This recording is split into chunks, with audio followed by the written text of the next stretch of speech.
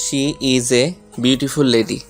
কলেজের হলরুমে লাল শাড়ি পরিহিতা নৃত্যরত রমণীকে দেখে থমকে যায় আদনান। সাথে সাথে সেই নারীর রূপের প্রশংসা স্পষ্টভাবে বেরিয়ে আসে তার মুখ থেকে।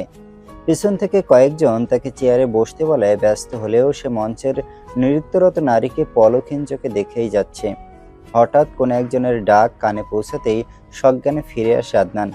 বাম পাশে দাঁড়ানো লোককে উদ্দেশ্য করে বলে, এই মেয়েটাকে আমার চাই, খোঁজ করো সে কে, পুরো ডিটেলস আমার চাই, আজই চাই।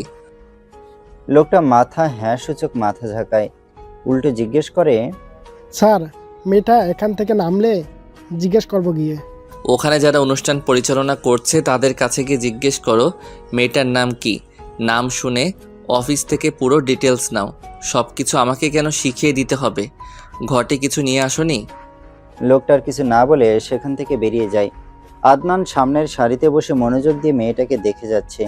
এই প্রথম কোনো মেয়েকে তার এতটা মনে ধরল। এক দেখাতেই যে মেয়েকে ভালো লেগে যায় সেই মেয়ের রূপের প্রশংসা করতেই হয়। আদনান এখানে অল্প কিছুদিন হলো ইউএনও হয়ে এসেছে, উপজেলার পাশাপাশি কলেজ। প্রিন্সিপাল তার সাথে ভালো একটা সম্পর্ক গড়ে তোলায় আজ আদনান এখানে আমন্ত্রিত। প্রথমে ব্যস্ততার জন্য না আসতে চাইলেও পরবর্তীতে আজহার সাহেবের জোরাজুরিতে চলে এসেছেন। আদনানকে দেখে আজহার সাহেব জায়গা পরিবর্তন করে তার পাশে এসে বসে। দুজনে একে অপরের সাথে কুশল বিনিময় করে। দুজন কথা বলছিলেন, এমন সময় মাইক্রোফোনে একটা মেয়ের গলা ভেসে আসে। মেয়েটা হাসি মুখে বলছে, ধন্যবাদ জানাই নওশীল হাওলাদারকে এত সুন্দর একটা নৃত্য পরিবেশনের জন্য। আদনান সেদিকে তাকাতেই দেখে মেয়েটা আর মঞ্চে নেই। মনে মনে বিড়বিড় করতে থাকে, মেয়েটার নাম নওশিন। নওশিন নওশিন নাচ শেষ করে হলরুম থেকে বের হয়ে সোজা পাশের বিল্ডিংয়ে চলে যায়। বাইরেই ইলমাকে দেখে তার দিকে পা বাড়ায় নওশিন। কাছাকাছি গিয়ে বুঝতে পারে ইলমা কারোর সাথে ফোনে কথা বলছে। নওশিন ইলমার বাহু ধরে টেনে নিয়ে এসে বলে, দোস্ত আয় না, আমি চেঞ্জ করব। আমি একা একা চেঞ্জিং রুমে থাকতে পারবো না, কেউ নেই ওখানে। ইলমা ফোনের ওপাশের ব্যক্তিকে হোল্ড করতে বলে নওশিনকে বলে, দোস্ত, সাবিত কল দিয়েছে, একটু কথা বলছি। আমি বাইরেই আছি, তুই প্লিজ গিয়ে চেঞ্জ করে আয়। রুমের ভেতরে নেটওয়ার্ক নেই। একটু পর কথা বল, 5 মিনিট লাগবে শুধু। আমি বাইরেই তো আছি, তুই যা প্লিজ। হুম। নওশিন মন খারাপ করে ইলমাকে রেখে নিজেই চেঞ্জিং রুমের দিকে এগোয়। সে যা ভেবেছিল তাই, এখানে আশেপাশে কেউ নেই। নওশিন সাহস করে রুমের দরজাটা খুলে ভেতরে প্রবেশ করে। শাড়ি পরে সেই গরমে আর থাকতে পারছিল না, তাই নাচ শেষ করে চেঞ্জ করতে চলে এসেছে। নওশিন সুইচ বোর্ডের দিকে যেতেই দরজাটা ঘটাং করে বন্ধ হয়ে যায়। নওশিন সুইচ বোর্ডে সুইচ টিপে যাচ্ছে, কিন্তু লাইট অন হচ্ছে না। নওশিনের নেকটোফোবিয়া আছে, অন্ধকার তার কোনো মতেই সহ্য হয় না। ভয়ে নওশিনের শরীর কাঁপতে থাকে। চিৎকার দিয়ে ইলমাকে ডাকবে তার আগেই কেউ নওশিনের মুখে চেপে ধরে। সাথে সাথে নওশিনের প্যানিক অ্যাটাক হয়ে যায়। ভয়ে কাঁপতে থাকে সে, মুখ দিয়ে কোনো কথা বের হচ্ছে না। হঠাৎ নওশিনের কানের কাছে কেউ মুখ নিয়ে এসে পুরুষালী গলায় বলে ওঠে, আমি বলেছিলাম আমার প্রপোজাল অ্যাকসেপ্ট করে নিতে। আমাকে খুব বাজে লাগে কি? এই যে এখন আমি আস্তে আস্তে তোমার সমস্ত শরীর ছুঁয়ে দেব, ভালো হবে না বলো? আজকের পর থেকে আর কেউ তোমার দিকে মুগ্ধ নজরে তাকাবে না।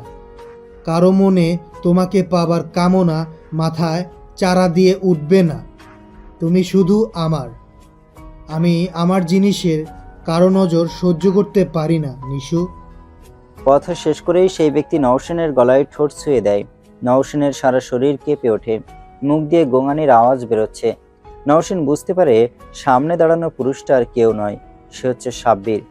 সে এই রুমে কিভাবে এলো সেটাই বুঝতে পারছে না নওশিন। নিজেকে সামলে নেওয়ার খুব চেষ্টা করে যাচ্ছে সে, কিছুতেই নিজের ভীতি আর দুর্বলতার সাথে পেরে উঠছে না। সাব্বির ডান হাতটা নওশিনের পেট ছুঁতেই চোখের পানি গড়িয়ে পড়ে নওশিনের।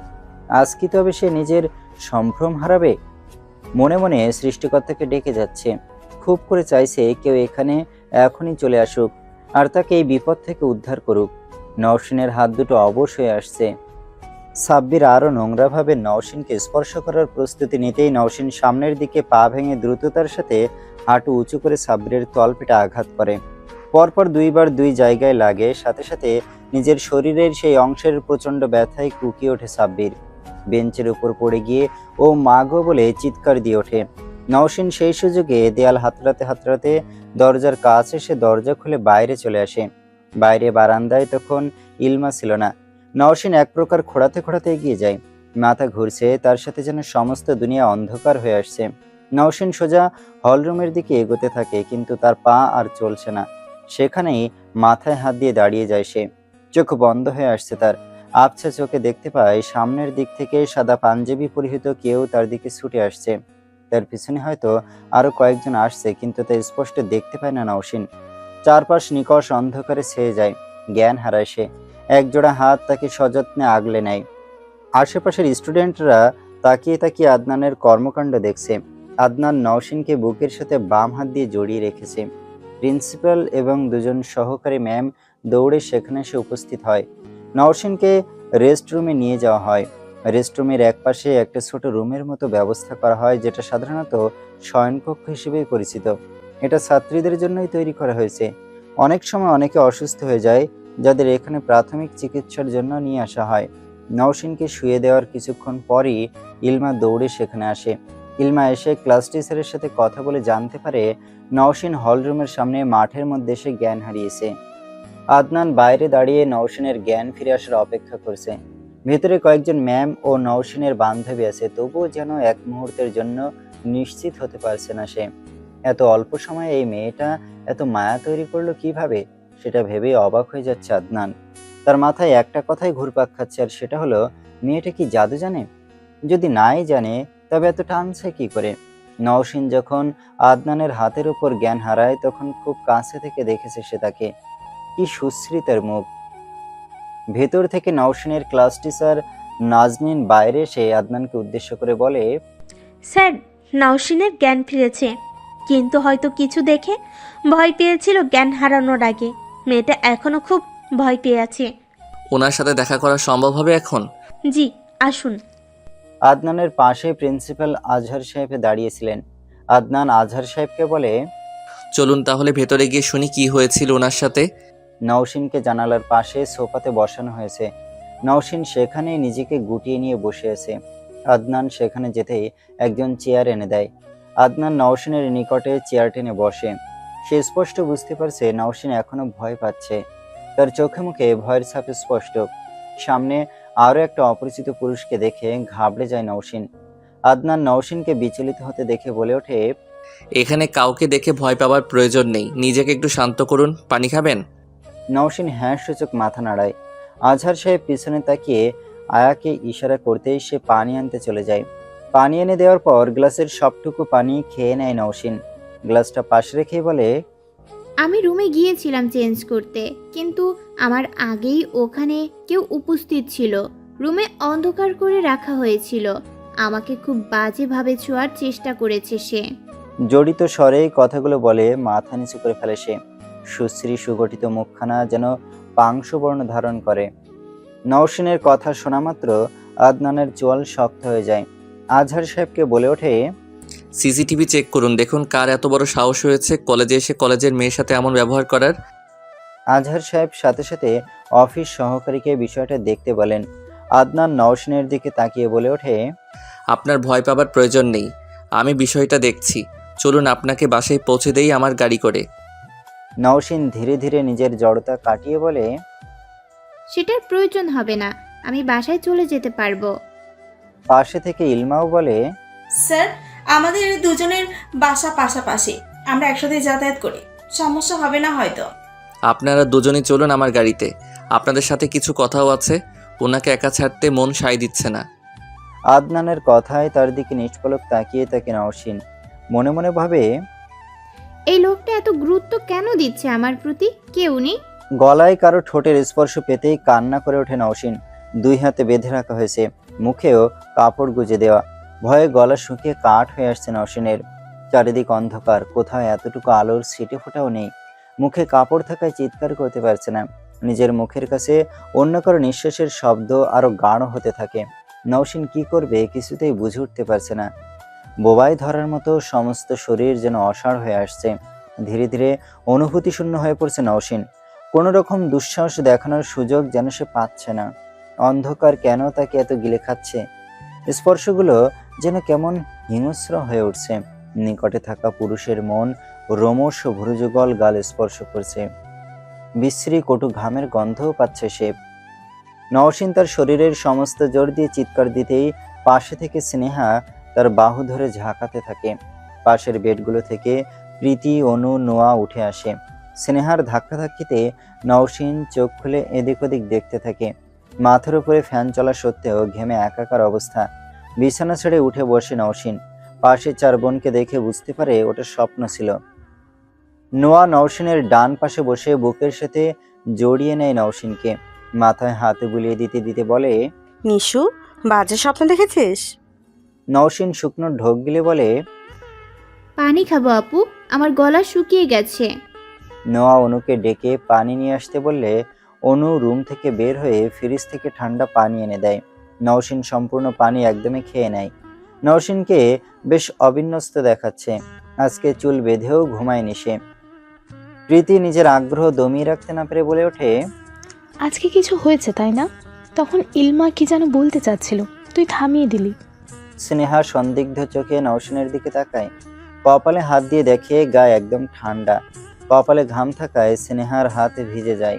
এক মুহূর্ত বিলম্ব না করে বলে, জ্বর তো নেই, একদম সুস্থ আছিস দেখছি। এবার বেশি ভনিতা না করে ঝেড়ে কেসে বল তো দেখি কি হয়েছে আজ। প্রীতি এবার পাশে থেকে বলে ওঠে, নওশীন, আমরা কিন্তু নিজেরা নিজেদের মধ্যে কথা দিয়েছিলাম, মনে আছে নিশ্চয়ই? আমরা কথা দিয়েছিলাম আমাদের কথা অন্য কেউ না জানলেও আমরা 5 জন অন্তত একে অপরের কথা জানবো, কেউ কোনো কথা লুকাবো না। তাহলে তুই আজ কথা রাখছিস না কেন? নওশীন সবার দিকে একবার চোখ বুলিয়ে নেয়। সবাই বেশ আগ্রহে তার দিকে তাকিয়েছে। নওশীন একটা জোরে শ্বাস ফেলে সবটা বলা শুরু করে। নওশীনের কথা শুনে মাঝের দিকে সবার ভুরু কুঁচকে গেলেও সবটা শুনে স্বস্তির নিঃশ্বাস ফেলে সবাই। নওশীনের কথা শুনে প্রীতির রক্ত যেন টগবগিয়ে ওঠে। সে 5 বোনের মধ্যে একটু বেশি প্রতিবাদী ধরনের। দাঁতে দাঁত চেপে বলে ওঠে, শালারে আবার শূন্যতে খাতনা দিতে ডাক্তারের কাছে পাঠাইলি না? ডক্টরকে টাকা দিয়ে গোড়া শুদ্ধ কেটে দিতে বলতাম। জানোয়ার কোথাকার, এসব শুনলেই খুন করে ফেলতে ইচ্ছা হয়। স্নেহা প্রীতির কথায় কোনো পাত্তা না দিয়ে বলে ওঠে, নিশুর তো ব্যক্তিগত বেড়া আইসে পড়ছে। নিশুর তো ব্যক্তিগত বেড়ার সাথে বসন্ত চলে আসার কথা। আমি মনে হয় সিঙ্গেল মরবো। অনু পাশে থেকে গান গেয়ে ওঠে, মেরি সপনো কি রাজা কব আয়েগি তো। সবার কথা শুনে বিরক্ত লাগছে নওশীনের। সবাইকে ধমক দিয়ে থামিয়ে দিয়ে বলে, আমার সাথে আজ এত বড় একটা ঘটনা ঘটে গেল, আর তুই ইওনাকে নিয়ে মজা লুটছিস। শুধুমাত্র প্রীতিই আমার কষ্টটা বুঝলো। তোরা সব কটা লুচ্চামি শুরু করেছিস। নোয়া সবাইকে চোখ টিপে ইশারায় চুপ করতে বলে। সবাই নওশীনকে ডেকে ডেকে দেখিয়ে মুখে আঙুল দেয়। নওশীন এবার সবার কাণ্ড দেখে খিলখিলিয়ে হেসে ওঠে। নোয়া এবার সবার মতো নিজেও মজা করতে শুরু করে। নওশীনকে নিজের কাঁধে দিয়ে ধাক্কা দিয়ে বলে, ইউএনএও কেমন দেখতে? নওশীন মুচকি হেসে বলে, বয়স্ক তো জানি না, তবে দেখতে এক কথায় 25 বছরের সুদর্শন যুবক। প্রেম করবা?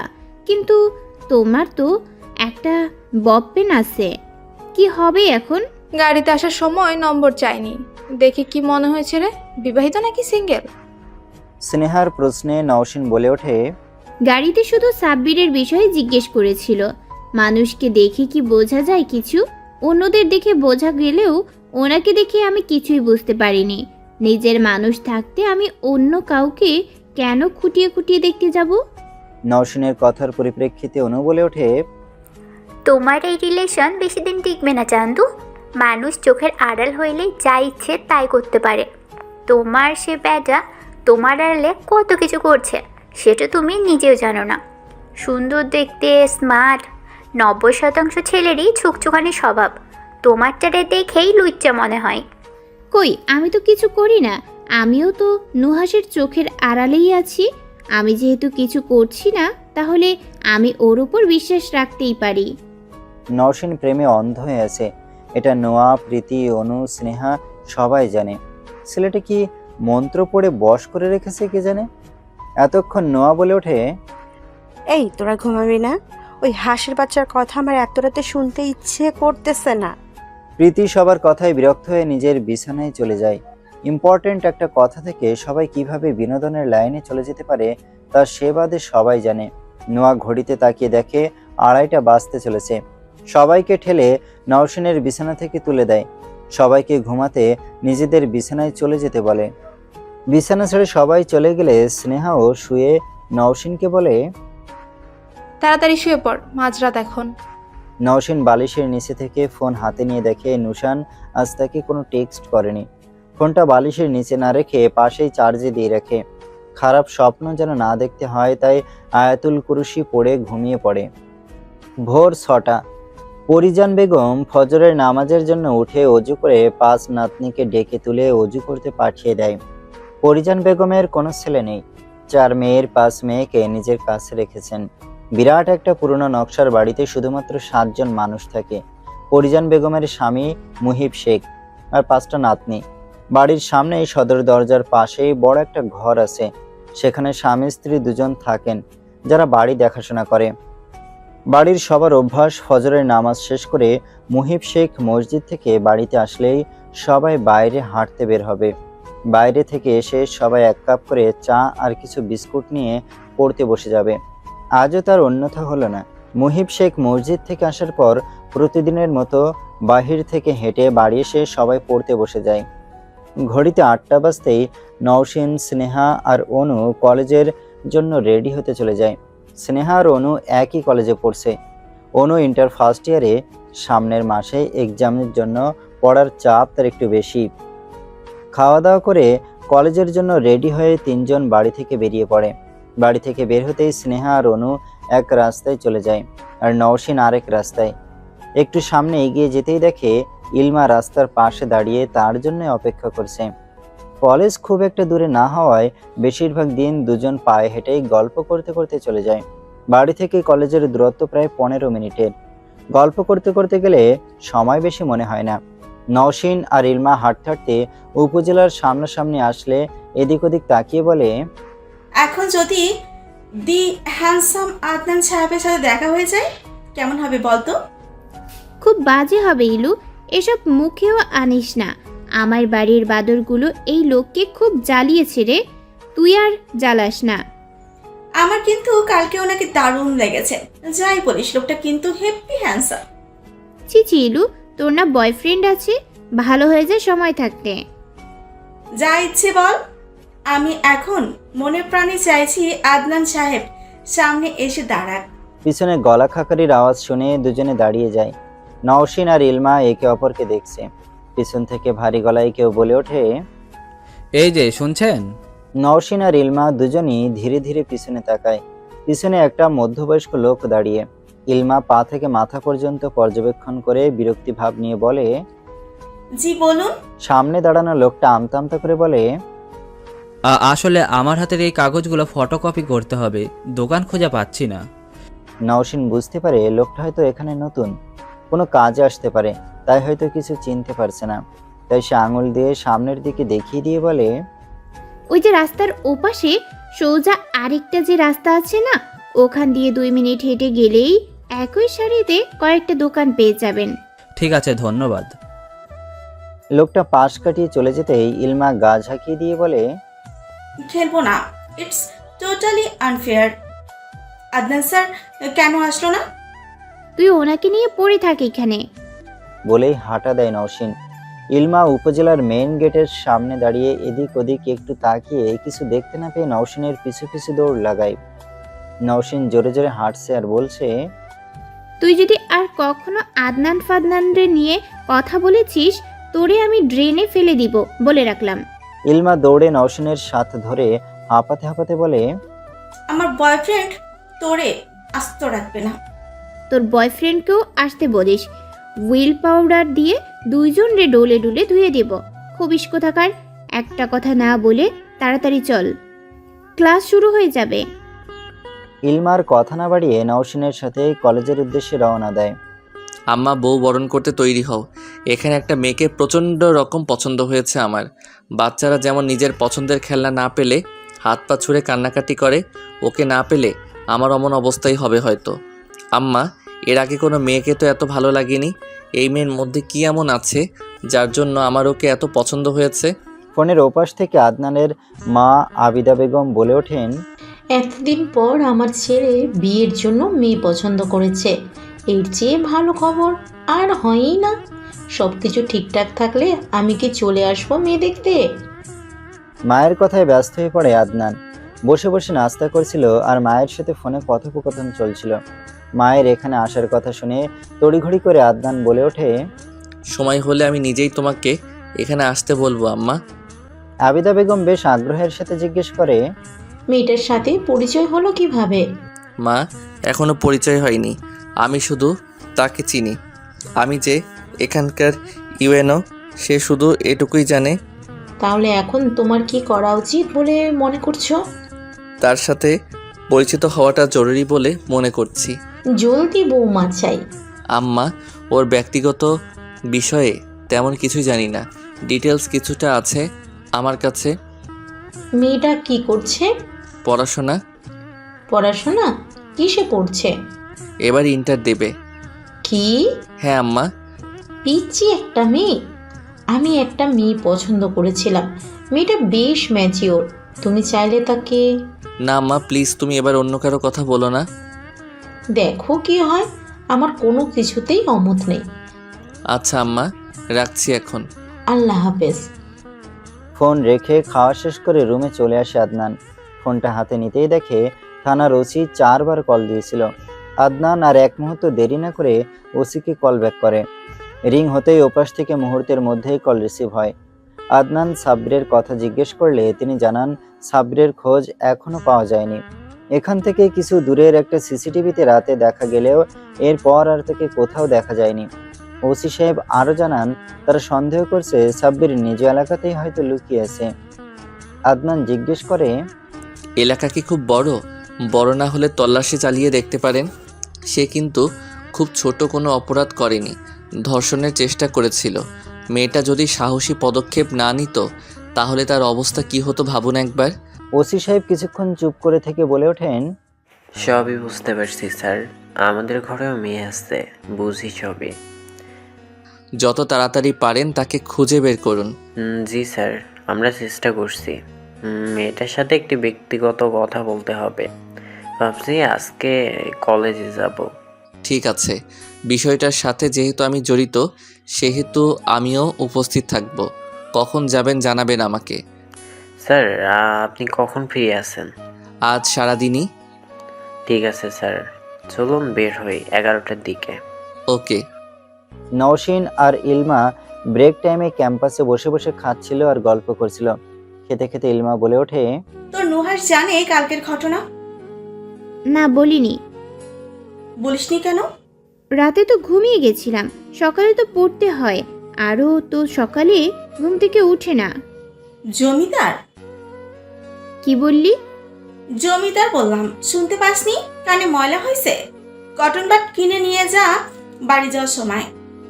ফালতু বকিস না তো বাল, খাচ্ছিস খা। ইলমা ভেংসি কেটে খাওয়ায় মনোযোগ দেয়। ইলমা সিঙ্গাড়ার মধ্যে থেকে একটা মশলা বের করে বলে, তোর ওই নুহাস হচ্ছে এই এলাচ বিরিয়ানির মধ্যে থেকেও বিরক্ত করে, আর এখন সিঙ্গারাতেও। নুহাস তোর কি করলো? এই তোরা ওকে পছন্দ করিস না কেন বলতো? জলে এত সুন্দর একটা বফ তোর কপালে নাই?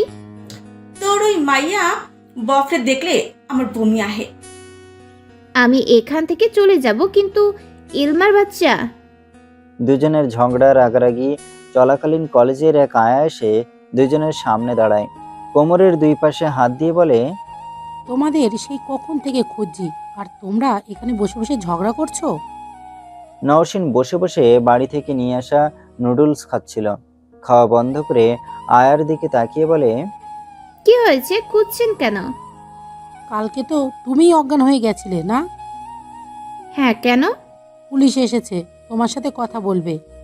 অজ্ঞান হয়েছি জন্য পুলিশ এসেছে? আমার থেকে জ্ঞান হারানো শিখবে নাকি? নওশিনের কথায় ইলমা হো হো করে হেসে দেয়। আয়া দাঁতে দাঁত চেপে বলে, আমাকে পাগল পেয়েছো? রেস্ট রুমে এসো তাড়াতাড়ি, তুমি একাই আসবে। তোমার বান্দরনিকে আনার দরকার নেই, আসো তাড়াতাড়ি, আমি গেলাম। আয়া চলে যেতেই নওশিন খাবারের বক্স বন্ধ করে ব্যাগে ভরে ইলমার দিকে এগিয়ে দিয়ে বলে, তুই ক্লাসে চলে যা, আমি আসছি। ইলমা ব্যাগটা ধরে বলে, ভয় পাস না। কাল অসুস্থ ছিলাম, আমি কিছু করিনি। পুলিশ দেখে ভয় পাওয়ার কিছুই নেই। নওশিন বেরিয়ে কলেজের মাঠ পেরিয়ে প্রিন্সিপালের বিল্ডিং এর সামনে চলে আসে। ভেতরে ঢুকবে তখনই আদনানকে দেখে নিজেকে ঠিকঠাক করে নিয়ে সামনের দিকে যেয়ে গলা ঝেড়ে সালাম দেয়। সামনে নওশিনকে দেখেই আদনানের হৃদস্পন্দন যেন মুহূর্তের জন্য থেমে যায়। এক পলকে সামনে দাঁড়ানো রমণীর দিকে তাকিয়ে থাকে। নওশিন আদনানের অবস্থা টের পেয়ে ঠোঁট টিপে হাসি আটকে আবার গলা খাকারি দিতে আদনান একটা জোরে শ্বাস টেনে বলে, ওয়ালাইকুম আসসালাম, কেমন আছেন? নওশিন সহাস্য মুখে জবাব দেয়, আলহামদুলিল্লাহ, আপনি কেমন আছেন? আলহামদুলিল্লাহ। ভেতরে যান, ওসি সাহেব কিছু জিজ্ঞাসাবাদ করবে। ঠিক আছে। নওশিন ভেতরে চলে গেলে কিছু সময় নিয়ে তাকে জিজ্ঞাসাবাদ করা হয়।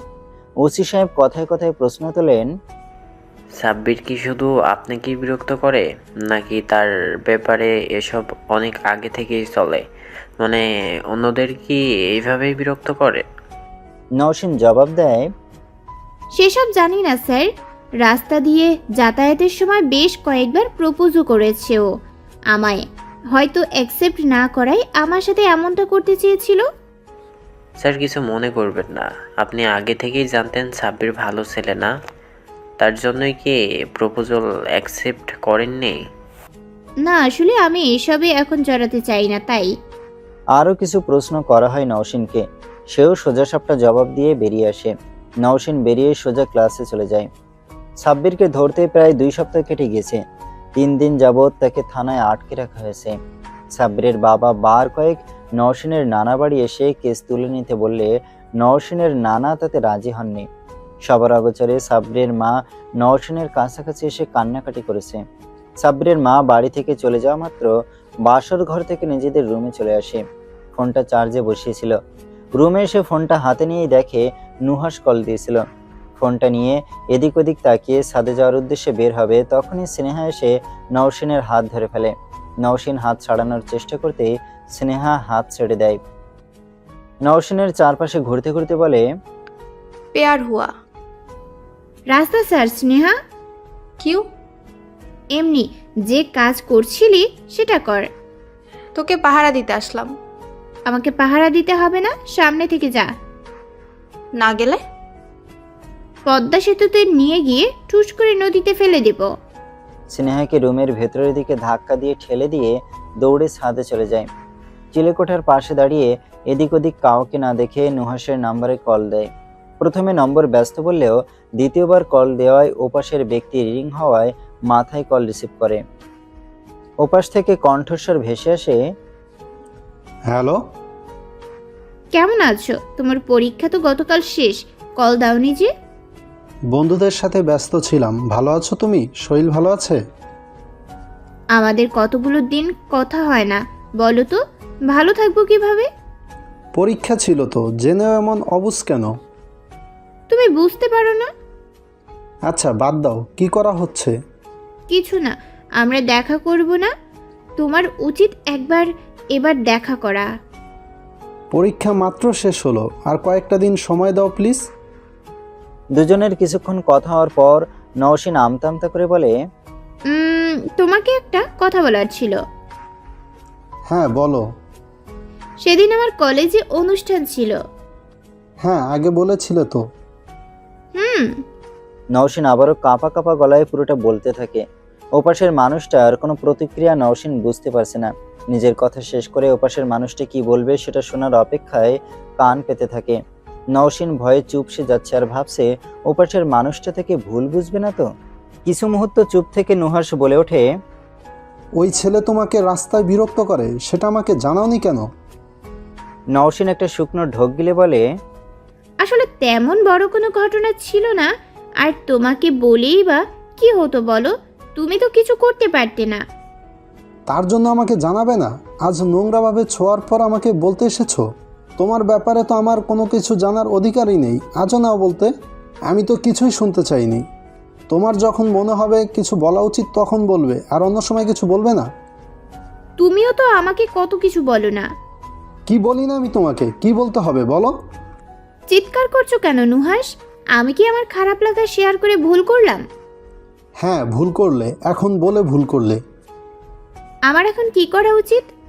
জাস্ট ফোনটা রাখো, আমাকে আর নেক্সট টাইম ফোন দেবে না। কতদিন পর আমাদের কথা হচ্ছিল নুহাস, তুমি শুধু শুধু আমার বিষয়টা না বুঝে রাগারাগি করছো। নিশু, ভাল লাগছে না আমার, কল কাটো। আচ্ছা সরি, কল কাটো। একটু পর রেখে দেই। আমি রাখছি, আল্লাহ হাফেজ। ওপাশের ব্যক্তির এমন আচরণ আজ নতুন না। নুহাস মাঝে মধ্যে এমন হুটহাট রেগে যায়, পরক্ষণে আবার সরি বলে সবকিছু ঠিকঠাক করে নেয়। কিন্তু সে অল্প সময়ে নওশিন যে কষ্ট পায় সেটা যেন আকাশ ছোঁয়া।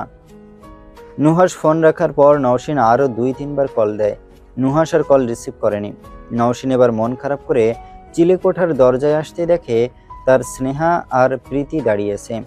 নওশিনের মন খারাপ দেখে প্রীতি বলে ওঠে, ওই হাঁসের বাচ্চা আবার তোর সাথে খারাপ ব্যবহার করছে। ওরে তুলে এনে উদুম কেলানি দেওয়া লাগবে, বুঝছিস? শালার ব্যাটারা এমন হয় কেন বলতো? কেউ পাত্তা দেয় না, আবার কেউ পাত্তা পায় না। অসহ্য করে ব্যাটা মানুষ। নওশিন গোমড়া মুখে বলে ওঠে, আমার ভালো লাগছে না প্রীতু, কালকে ওর জন্মদিন আর আজ আমি ওকে রাগিয়ে দিলাম। সাব্বিরের বিষয়টা আমার ওকে জানানো উচিত ছিল, আমারই ভুল। কেন যে ওকে বললাম না। স্নেহা বলে ওঠে, আচ্ছা এসব নিয়ে পরে ভাববি, এখন নিচে চল, আয় দেখবি কে এসেছে। নওশিন উৎসুকভাবে জিজ্ঞেস করে, আবার কি এলো? সাব্বিরের কেউ? না, তোর সে 25-26 বছরের সেই যুবক। স্নেহার কথায় প্রীতি হেসে ফেলে। হাসতে হাসতেই বলে, এটা কিন্তু জোশ বলেছিস স্নেহু বাচ্চা। তোমার স্নেহ বাচ্চা বলে কথা। নওশিন দুজনকে থামিয়ে দিয়ে বলে, কে এসেছে বলবি তোরা?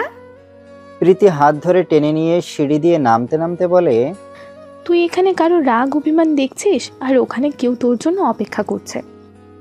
তোরা আমার সাথে হেয়ালি কেন করছিস ভাই? বোন হই, ভাই বলিস কেন ভাই? স্নেহার কথায় নওশিন আর প্রীতি দুজনই এবার হো হো করে হেসে দেয়। মন খারাপ থাকলে স্নেহার উল্টাপাল্টা কথাতে সবার মন ভালো হয়ে যায়। স্নেহা নওশিনের কানে ফিসফিস করে বলে, মাথার ওড়নাটা দিয়ে নে, তোকে দেখতে এসেছে তোর 25 বছরের যুবক। নওশিন সিঁড়ি দিয়ে নামতে নামতে বলে, কি বলছিস? কিছুই বুঝতে পারছি না। 25 বছরের কোনো যুবক দেখতে এসেছে? শুধু দেখতে আসেনি, তোর নুহাসের কপাল পোড়াতে এসেছে হয়তো। কিছুই মাথায় ঢুকছে না আমার, সিরিয়াসলি। আমরা এখন কিছুই এক্সপ্লেন করতে পারবো না, কথা না বাড়িয়ে চল তো। স্নেহার কথায় আর কথা না বাড়িয়ে সিঁড়ি বেয়ে নিচে নেমে আসে। বাসর ঘরে কালো শার্ট পরিহিত কেউ নওশিনের নানার সাথে বসে বসে কথা বলছিল। নওশিনকে দেখা মাত্র তার নানা তাকে ডাক দেয়। লোকটা পিছনে ঘুরে তাকাতেই নওশিন অবাক হয়ে যায়।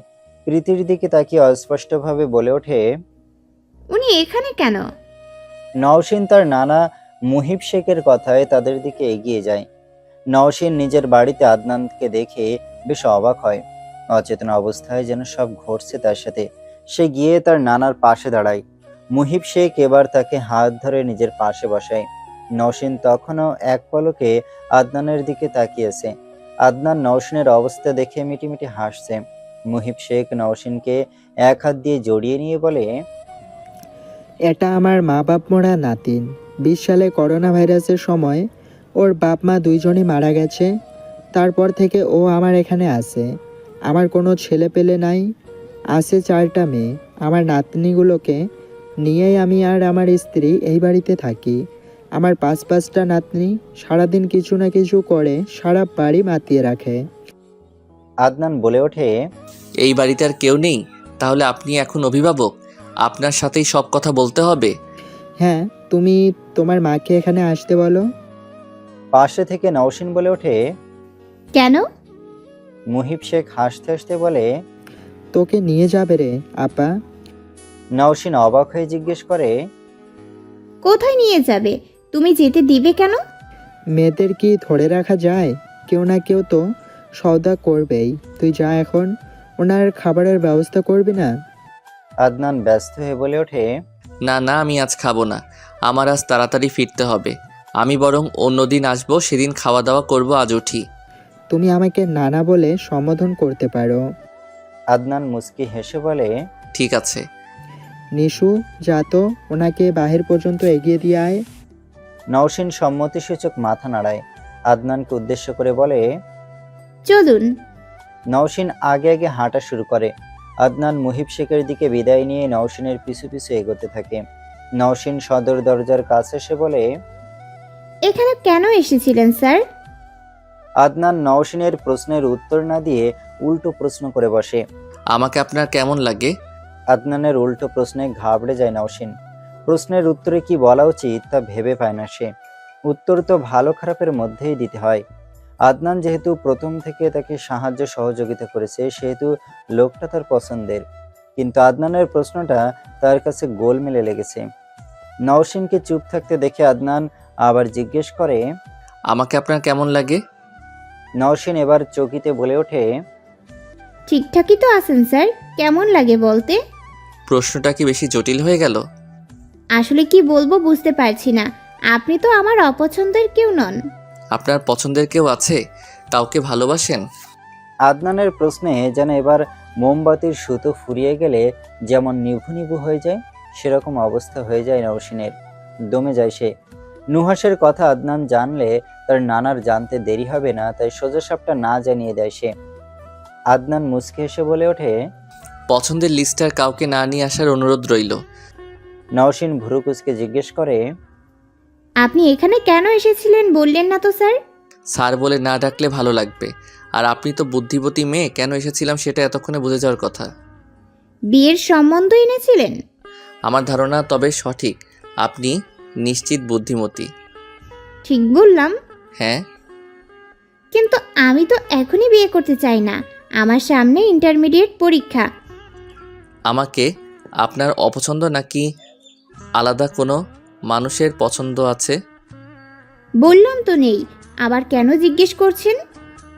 কারণ এটা কোনো স্ট্রং কারণ না বিয়েতে না করার। আমি আমার বউয়ের পড়াশোনা নিশ্চয়ই বন্ধ করব না।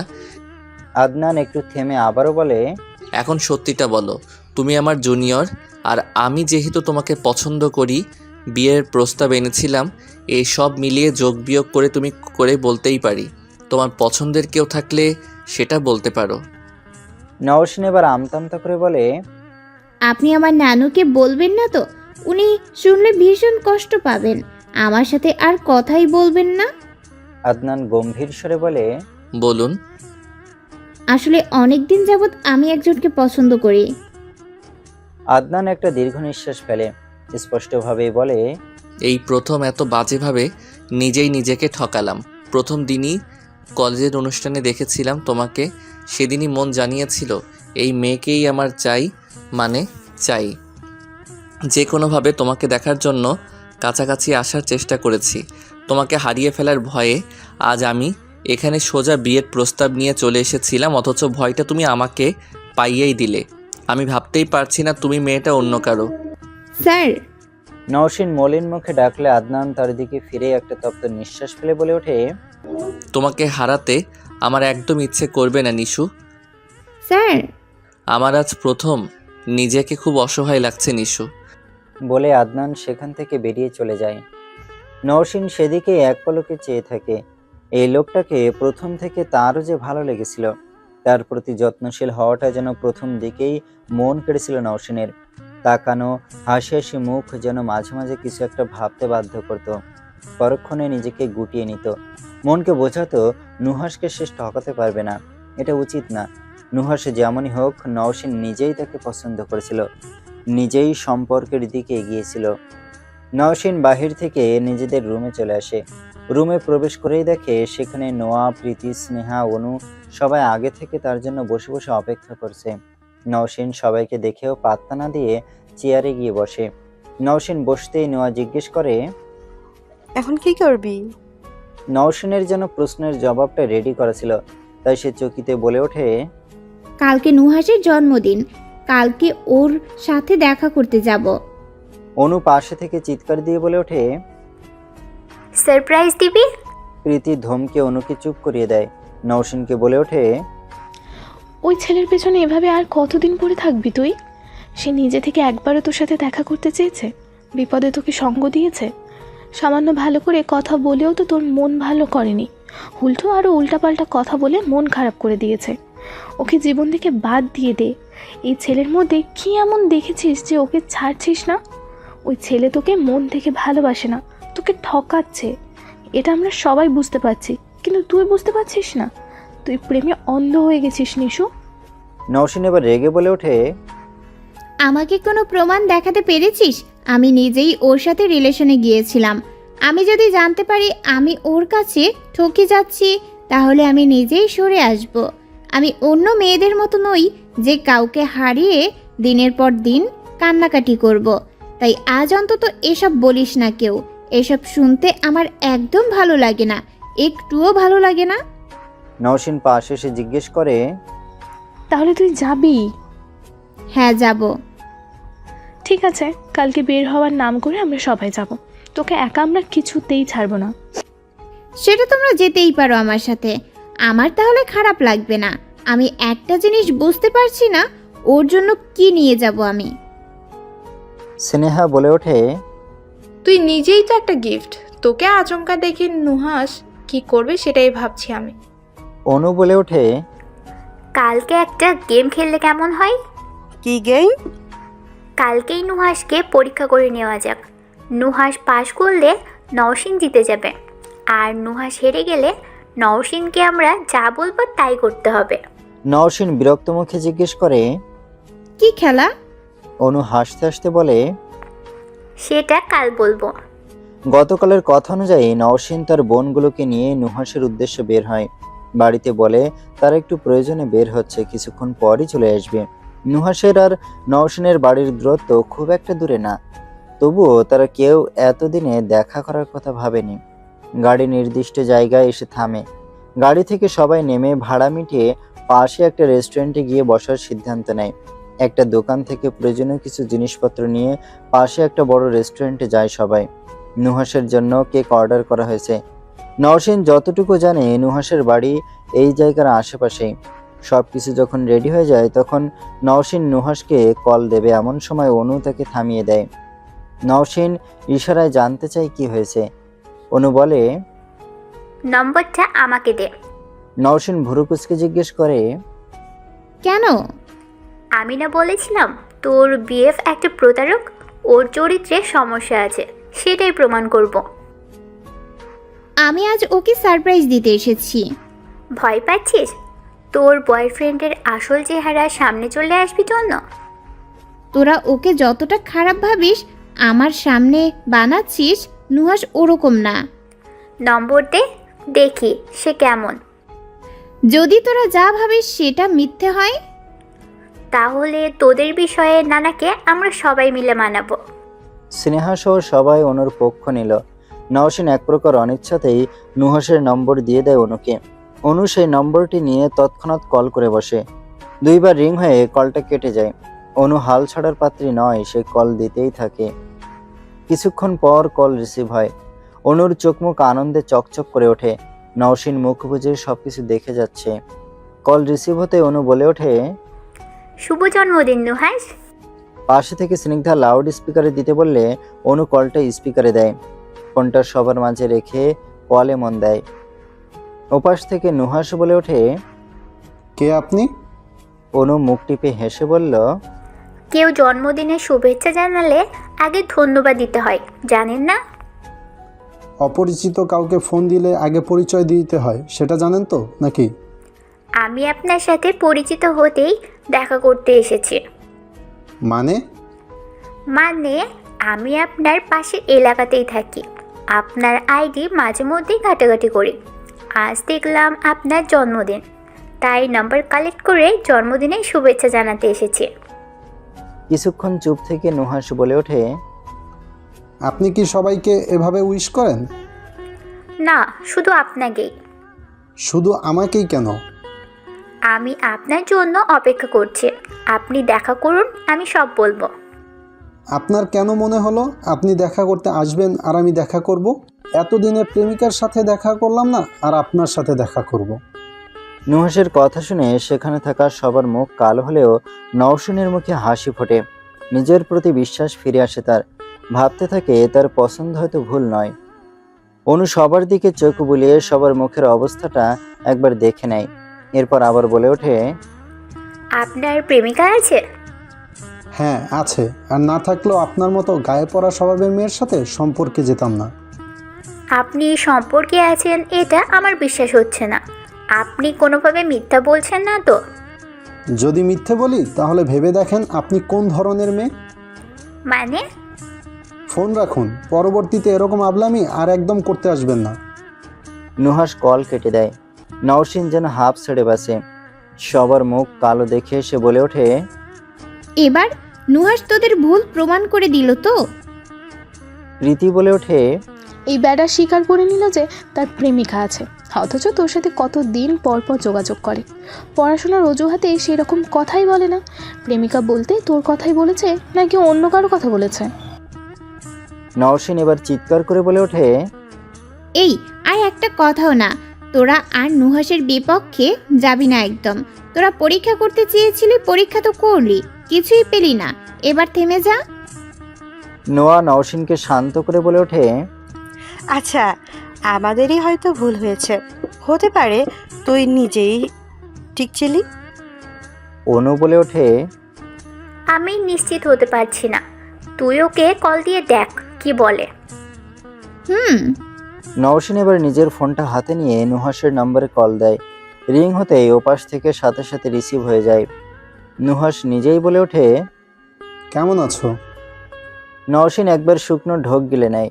নোয়ার দিকে তাকাতেই নোয়া ইশারায় কথা বলতে বলে। নওশিন সবার মুখের দিকে একবার চোখ বুলিয়ে নেয়। সবাই আগ্রহের সাথে তার মুখের দিকে তাকিয়েছে। নওশিনকে চুপ থাকতে দেখে নুহাস আবার বলে ওঠে, কি হলো, চুপ করে আছো কেন? তুমি কেমন আছো? আলহামদুলিল্লাহ। কিছু হয়েছে তোমার? মন খারাপ? না, আমি তোমাদের এখানে স্টেশনের পাশে আছি। আমাদের এখানে কেন? তুমি তো দেখা করবে না, তাই আমি নিজেই চলে এসেছি। কি বলো, আমাকে জানাওনি কেন? কি যে করো না। প্লিজ দেখা করো। আচ্ছা 10 মিনিট অপেক্ষা করো, আমি এক্ষুনি রেডি হয়ে আসছি। আচ্ছা জলদি এসো। হ্যাঁ জলদি আসছি, তুমি যেখানে আছো সেখানেই থাকো। ঠিক আছে।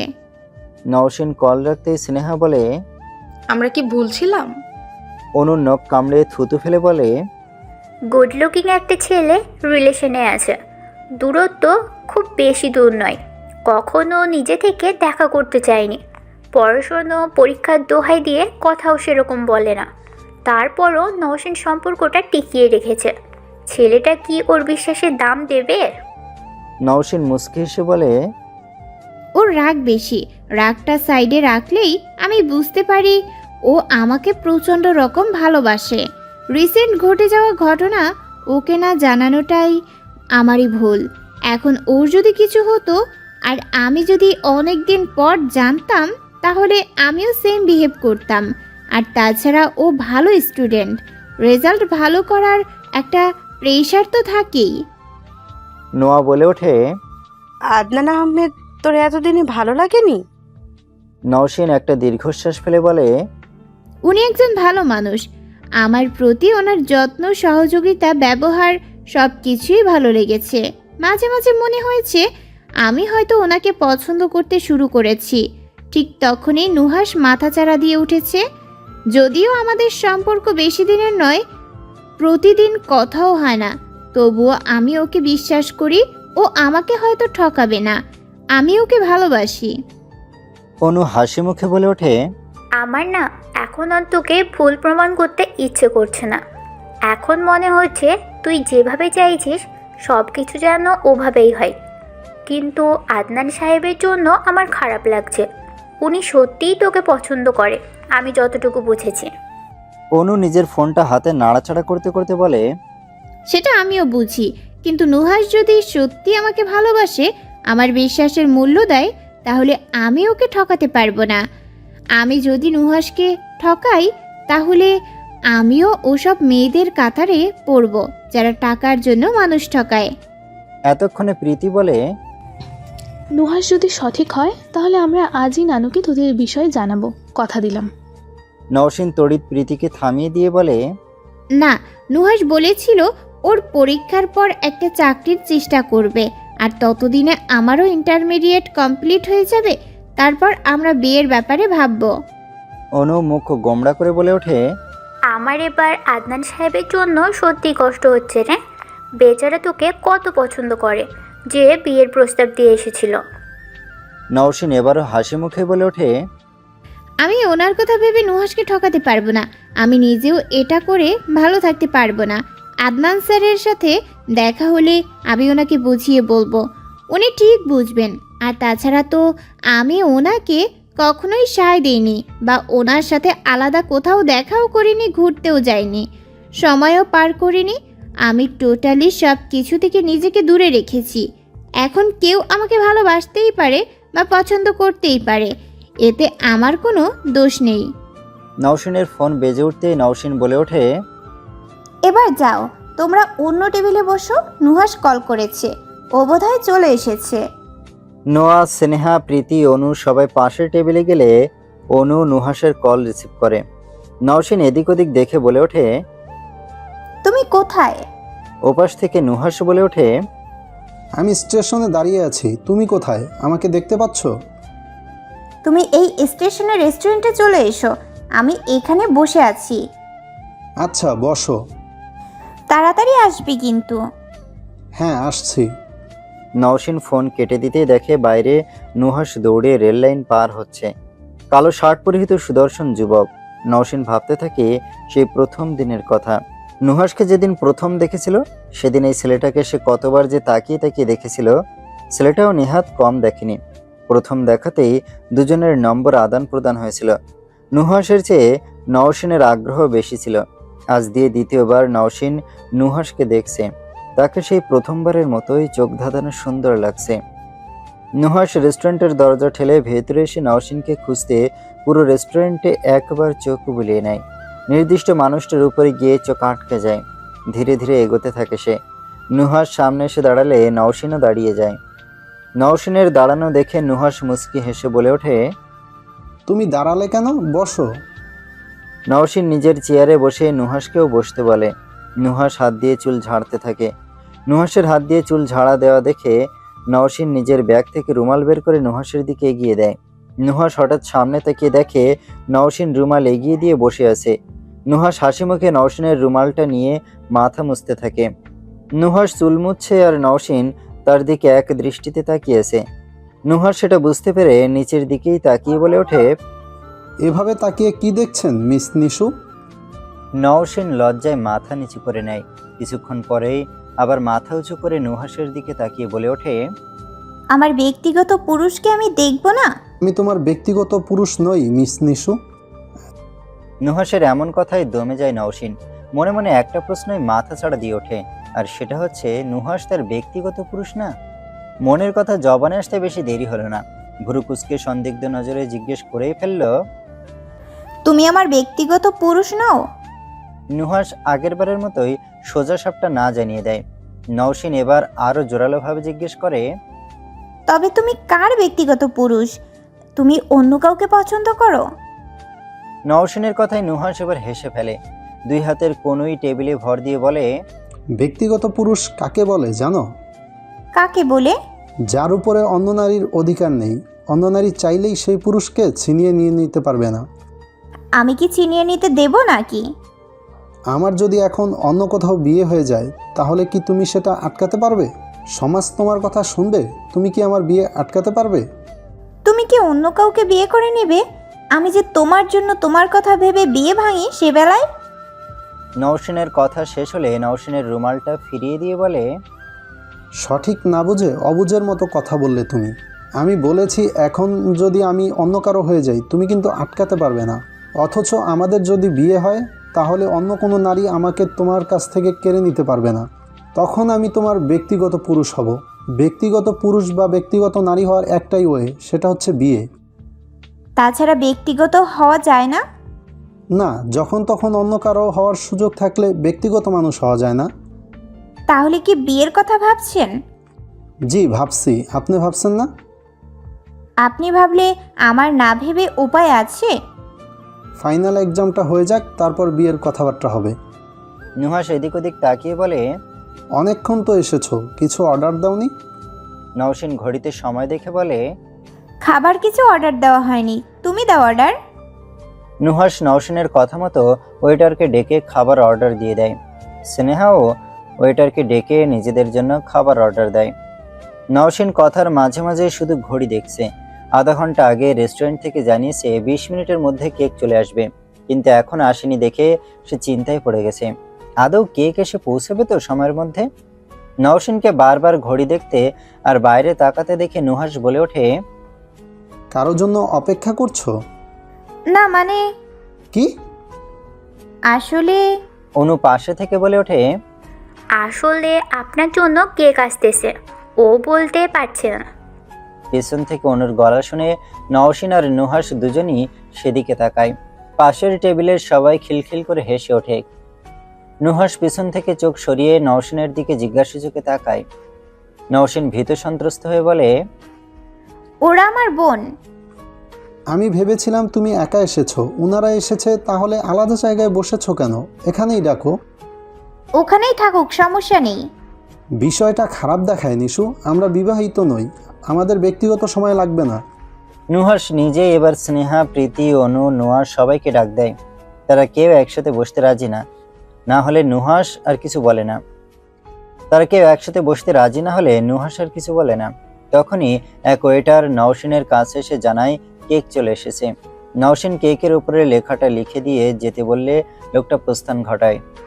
নওশিন নুহাসকে উদ্দেশ্য করে বলে, এখন থেকে কি প্রতিদিন আমাদের কথা হবে? নুহাস ফোনটা রেখে বলে, আমাদের প্রতিদিন কি আগে কখনো কথা হয়েছে? আমাদের প্রতিদিন কেন কথা হয় না? মাসে 2বার 3বার বা কখনো কখনো 1বার। আমার সাথে তোমার কথা বলতে ইচ্ছে করে না? ইচ্ছে করে। তাহলে কি সমস্যা? আমি তোমাকে এই বিষয়টা বোঝাতে পারবো না নিশু। বোঝাতে হবে না, শুধু কারণটা বলেন। আমার এই রিলেশন আর ভালো লাগছে না, তোমাকে আমি ছাড়তেও পারবো না। আমি শুধু একটা নির্দিষ্ট সময়ের অপেক্ষা করছি। আমি ভালো একটা জব পেলেই তোমাদের বাড়িতে আমার বাবাকে দিয়ে বিয়ের প্রস্তাব পাঠাবো। এখনই যদি সব ভালোবাসা বেসে ফেলি, বিয়ের পর কি করব? আমি চাই তোমার দিকে তাকানোতেও আমার সওয়াব হোক। নওশিনের কিছু বলে না। বোনেদের সাথে সাথে নুহাসকে নিয়ে তার মনেও সংশয় বাসা বেঁধেছিল, কিন্তু আজ সেটা ভেঙে চলে গিয়েছে। কেক কেটে খাওয়া দাওয়া করে বের হতে হতে বিকাল 5টা বেজে যায়। নুহাস সবার সাথেই পরিচিত হয়ে নেয়। নুহাসের সম্পর্কে নোয়াসহ সবার ভুল ভেঙে যায়। নওশিনের সাথে তারাও নুহাসকে পছন্দ শুরু করে। চেহারা সুন্দর হলেই কেউ খারাপ হবে এমনটা সবসময় নাও হতে পারে। ভালো খারাপ এগুলো মনের ব্যাপার। মনের দিক দিয়ে যে ভালো তার চরিত্র ভালো, মনের দিক দিয়ে যে খারাপ তার চরিত্রও খারাপ। বাস 5:30টায় ছাড়বে। নোয়া, স্নেহা, প্রীতি, অনু বাসে উঠে বসেছে। নওশিন তখনও বাইরে নুহাসের সাথে দাঁড়িয়ে আছে। বাস ছাড়ার সময় হয়ে এসেছে প্রায়। নওশিন নুহাসের দিকে তাকিয়ে বলে ওঠে, তুমি আমার থাকবে তো? কথা দিতে পারছি না, সব কিছু তো আল্লাহই ঠিক করে রেখেছে। তুমি আমার ভাগ্যে থাকলে অবশ্যই আমি তোমার থাকবো নিশু। আমার কেন জানি ভয় হয় মাঝে মাঝে। এটাই তো ভালোবাসা নিশু। হারানোর ভয় যদি না থাকে তাহলে সেটা ভালোবাসা হলো কিভাবে? তুমি আমার হলে আমার আর কিচ্ছু লাগবে না। অপেক্ষা করো আমার জন্য, ভালো কিছুই হবে ইনশাল্লাহ। তোমার অপেক্ষায় আমি সবসময় থাকবো, দেখে নিও। তুমি শুধু এটা মাথায় রেখো যে নুহাস তোমাকে ভালোবাসে। আর কাউকে তোমার আশেপাশেও আসতে দিও না নিশু। আমাকে শুধু একটু সময় দাও। ভালো যেহেতু বাসি সেহেতু অপেক্ষাও করতে পারবো। তুমি সব কিছুর ব্যবস্থা করো। নুহাসের থেকে বিদায় নিয়ে গাড়িতে উঠবে এমন সময় বাসের অপর পাশে মাইক্রোতে চোখ আটকে যায় নওশিনের। মাইক্রো ধীর গতিতে যাচ্ছে। জানালা দিয়ে পরিচিত কাউকে দেখতে পায় সে। মনে মনে প্রশ্ন জেগে ওঠে, কে ওটা? আদনান স্যার? আম্মা, ও আমাকে আর কখনো ভালোবাসতে পারবে না আম্মা। নওশিন অন্য কাউকে ভালোবাসে। আমি আজ আসার সময় দুজনকে একসাথে দেখেছি। আমার দম বন্ধ হয়ে আসছিল তখন। আদনানের মা ছেলের মাথায় হাত বুলিয়ে দিচ্ছেন। ছেলে যে একটা মেয়ের জন্য এমন ভেঙে পড়বে সেটা তিনি কিছুতেই বুঝে উঠতে পারেননি। আদনানের মা আবিদা বেগম ছেলেকে সান্ত্বনা দিয়ে বলেন, শোন বাবা, তোর সাথে যার জুড়ি লেখা আছে সে যেখানে যেভাবেই থাকুক না কেন, সময় মতো ঠিক তোর কাছে চলে আসবে। নওশিনের সাথে তোর বিয়ে লেখা থাকলে সে অবশ্যই তোর কাছেই আসবে, সেই তোর বউ হবে। আম্মা, আমি নওশিনকে ভালোবাসি। সে যদি তোর ভাগ্যে না থাকে তাহলে তুই ওর জন্য সারা জীবন অপেক্ষা করলেও সে তোর হবে না। ভালোবাসা থাকবে স্ত্রীর জন্য, কোনো পরনারীর জন্য। তোমার এরকম ব্যবহার আমি মোটেও পছন্দ করছি না আদনান। তুমি বড় হয়েছো, সব কিছু বুঝতে পারো, কোনটা তোমার জন্য ভালো আর কোনটা মন্দ বোঝার জ্ঞান তোমার হয়েছে। কিন্তু আম্মা, আবেগকে প্রশ্রয় দিও না আদনান। আল্লাহ যা ভাগ্যে রেখেছে সেটা হবে। তুমি তোমার পছন্দ করা মেয়ের কথা না ভেবে আমি যার কথা বলেছিলাম তার কথা ভেবে দেখো। তুমি তো এখন বাসায় এসেছো, আগামীকাল শুক্রবার, তোমার অফিসও বন্ধ। আমরা কাল তোমার জন্য মেয়ে দেখতে যাচ্ছি। আমি এখন অন্য কাউকে নিয়ে কোনো কিছু ভাবতে প্রস্তুত নই আম্মা। সব কিছু এত সহজ নয়। সহজ করে নিলেই সব কিছু সহজ। তুমি যদি তোমার আবেগ অনুভূতিকে নিজের নিয়ন্ত্রণে রাখতে না পারো তবে তোমাকে এটার জন্য অনেক ভুগতে হবে। আমি চাই না আমার ছেলে উঠতি বয়সের ছেলে মেয়েদের মতো এমন ব্যবহার করুক। তোমার বয়সের ছেলেরা বিয়ে করে বাচ্চা কাচ্চার বাবা হয়ে গেছে। তুমি এতদিন অনেক সময় নিয়েছো, আমি আর তোমাকে সময় দিতে পারবো না। আমার বয়স হয়ে যাচ্ছে আদনান। আমারও তো ইচ্ছে করে ছেলের বউকে নিয়ে নাতি নাতনিদের সাথে সময় কাটাতে। তুমি রীতিমতো আমাকে এসব থেকে বঞ্চিত করছো। কোনো কিছু নিজের ইচ্ছার বিরুদ্ধে করতে বলো না আম্মা। আমাকে আর কয়েকটা দিন সময় দাও। আদনান মাকে আর কিছু বলার সুযোগ না দিয়ে মায়ের রুম থেকে চলে যায়। নিজের রুমে গিয়ে দ্রুম করে দরজা বন্ধ করে দেয়। নিজের বিছানায় গিয়ে 2 হাত দিয়ে কপাল আর চোখ ঢেকে বসে বসে প্রথম দিনের সেই নওশিনের কথা ভাবতে থাকে। আফসোস করতে থাকে, কেন নওশিনের সাথে দেখা হয়েছিল তার, কেন মেয়েটাকে এত ভালো লেগেছিল তার, কেন মনে হয়েছিল এই মেয়েটাকে না পেলে সবকিছু না পাওয়া লাগবে। দরজায় নক করার শব্দ শুনে আদনান জানতে চায় কে। বাইরে থাকা ব্যক্তি বলে ওঠে, সাহেব, আপনার জন্য লেবুর শরবত আনছিলাম, দরজাটা খুলেন, আমি দিয়ে চলে যাই। আদনান বিরক্ত ভাব প্রকাশ না করে বলে, শরবত এখন লাগবে না, পরে লাগলে জানাবো। ওপাশ থেকে আবারও বলে ওঠে, খালাম্মা আপনাকে খাইয়া লইতে কইছে। আদনান রেগে বলে ওঠে, বলেছি না যে খাবো না, নিয়ে যাও। আর কেউ যেন এসে আমাকে বিরক্ত না করে সবাইকে জানিয়ে দিও। আচ্ছা সাহেব। বলেই ব্যক্তিটি প্রস্থান ঘটায়। আদনান পোশাক পরিবর্তন করে গোসলের জন্য ওয়াশরুমে চলে যায়। আয়নায় নিজেকে দেখতে থাকে।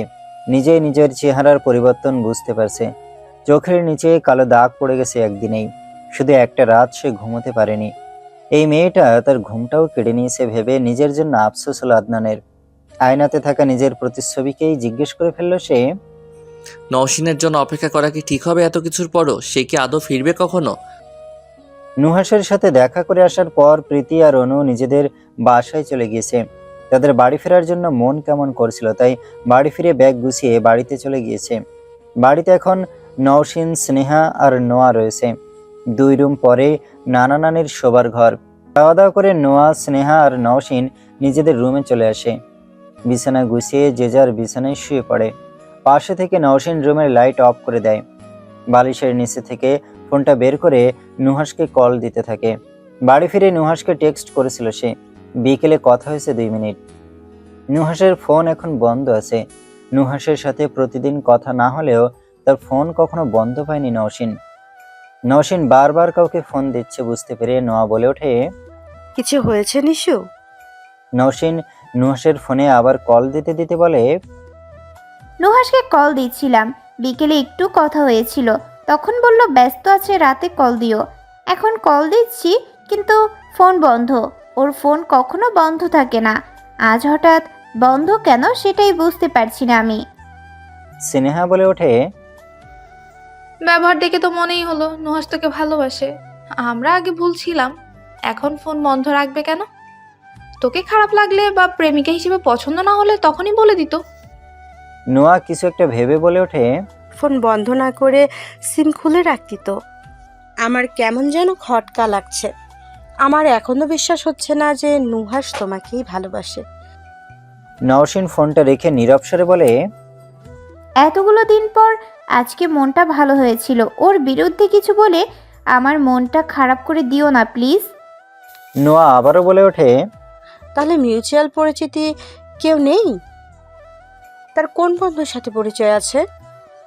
হ্যাঁ আছে তো, কবির ভাইয়া যে আমাকে রেস্টুরেন্টে আর ওই স্টেশনের ডিটেলস দিয়েছিল, আমি তো কিছুই চিনতাম না। উনিই ছবি দিয়েছিল। ওনাকে কি নক দিব? উনি নুহাসের কাছের বন্ধু।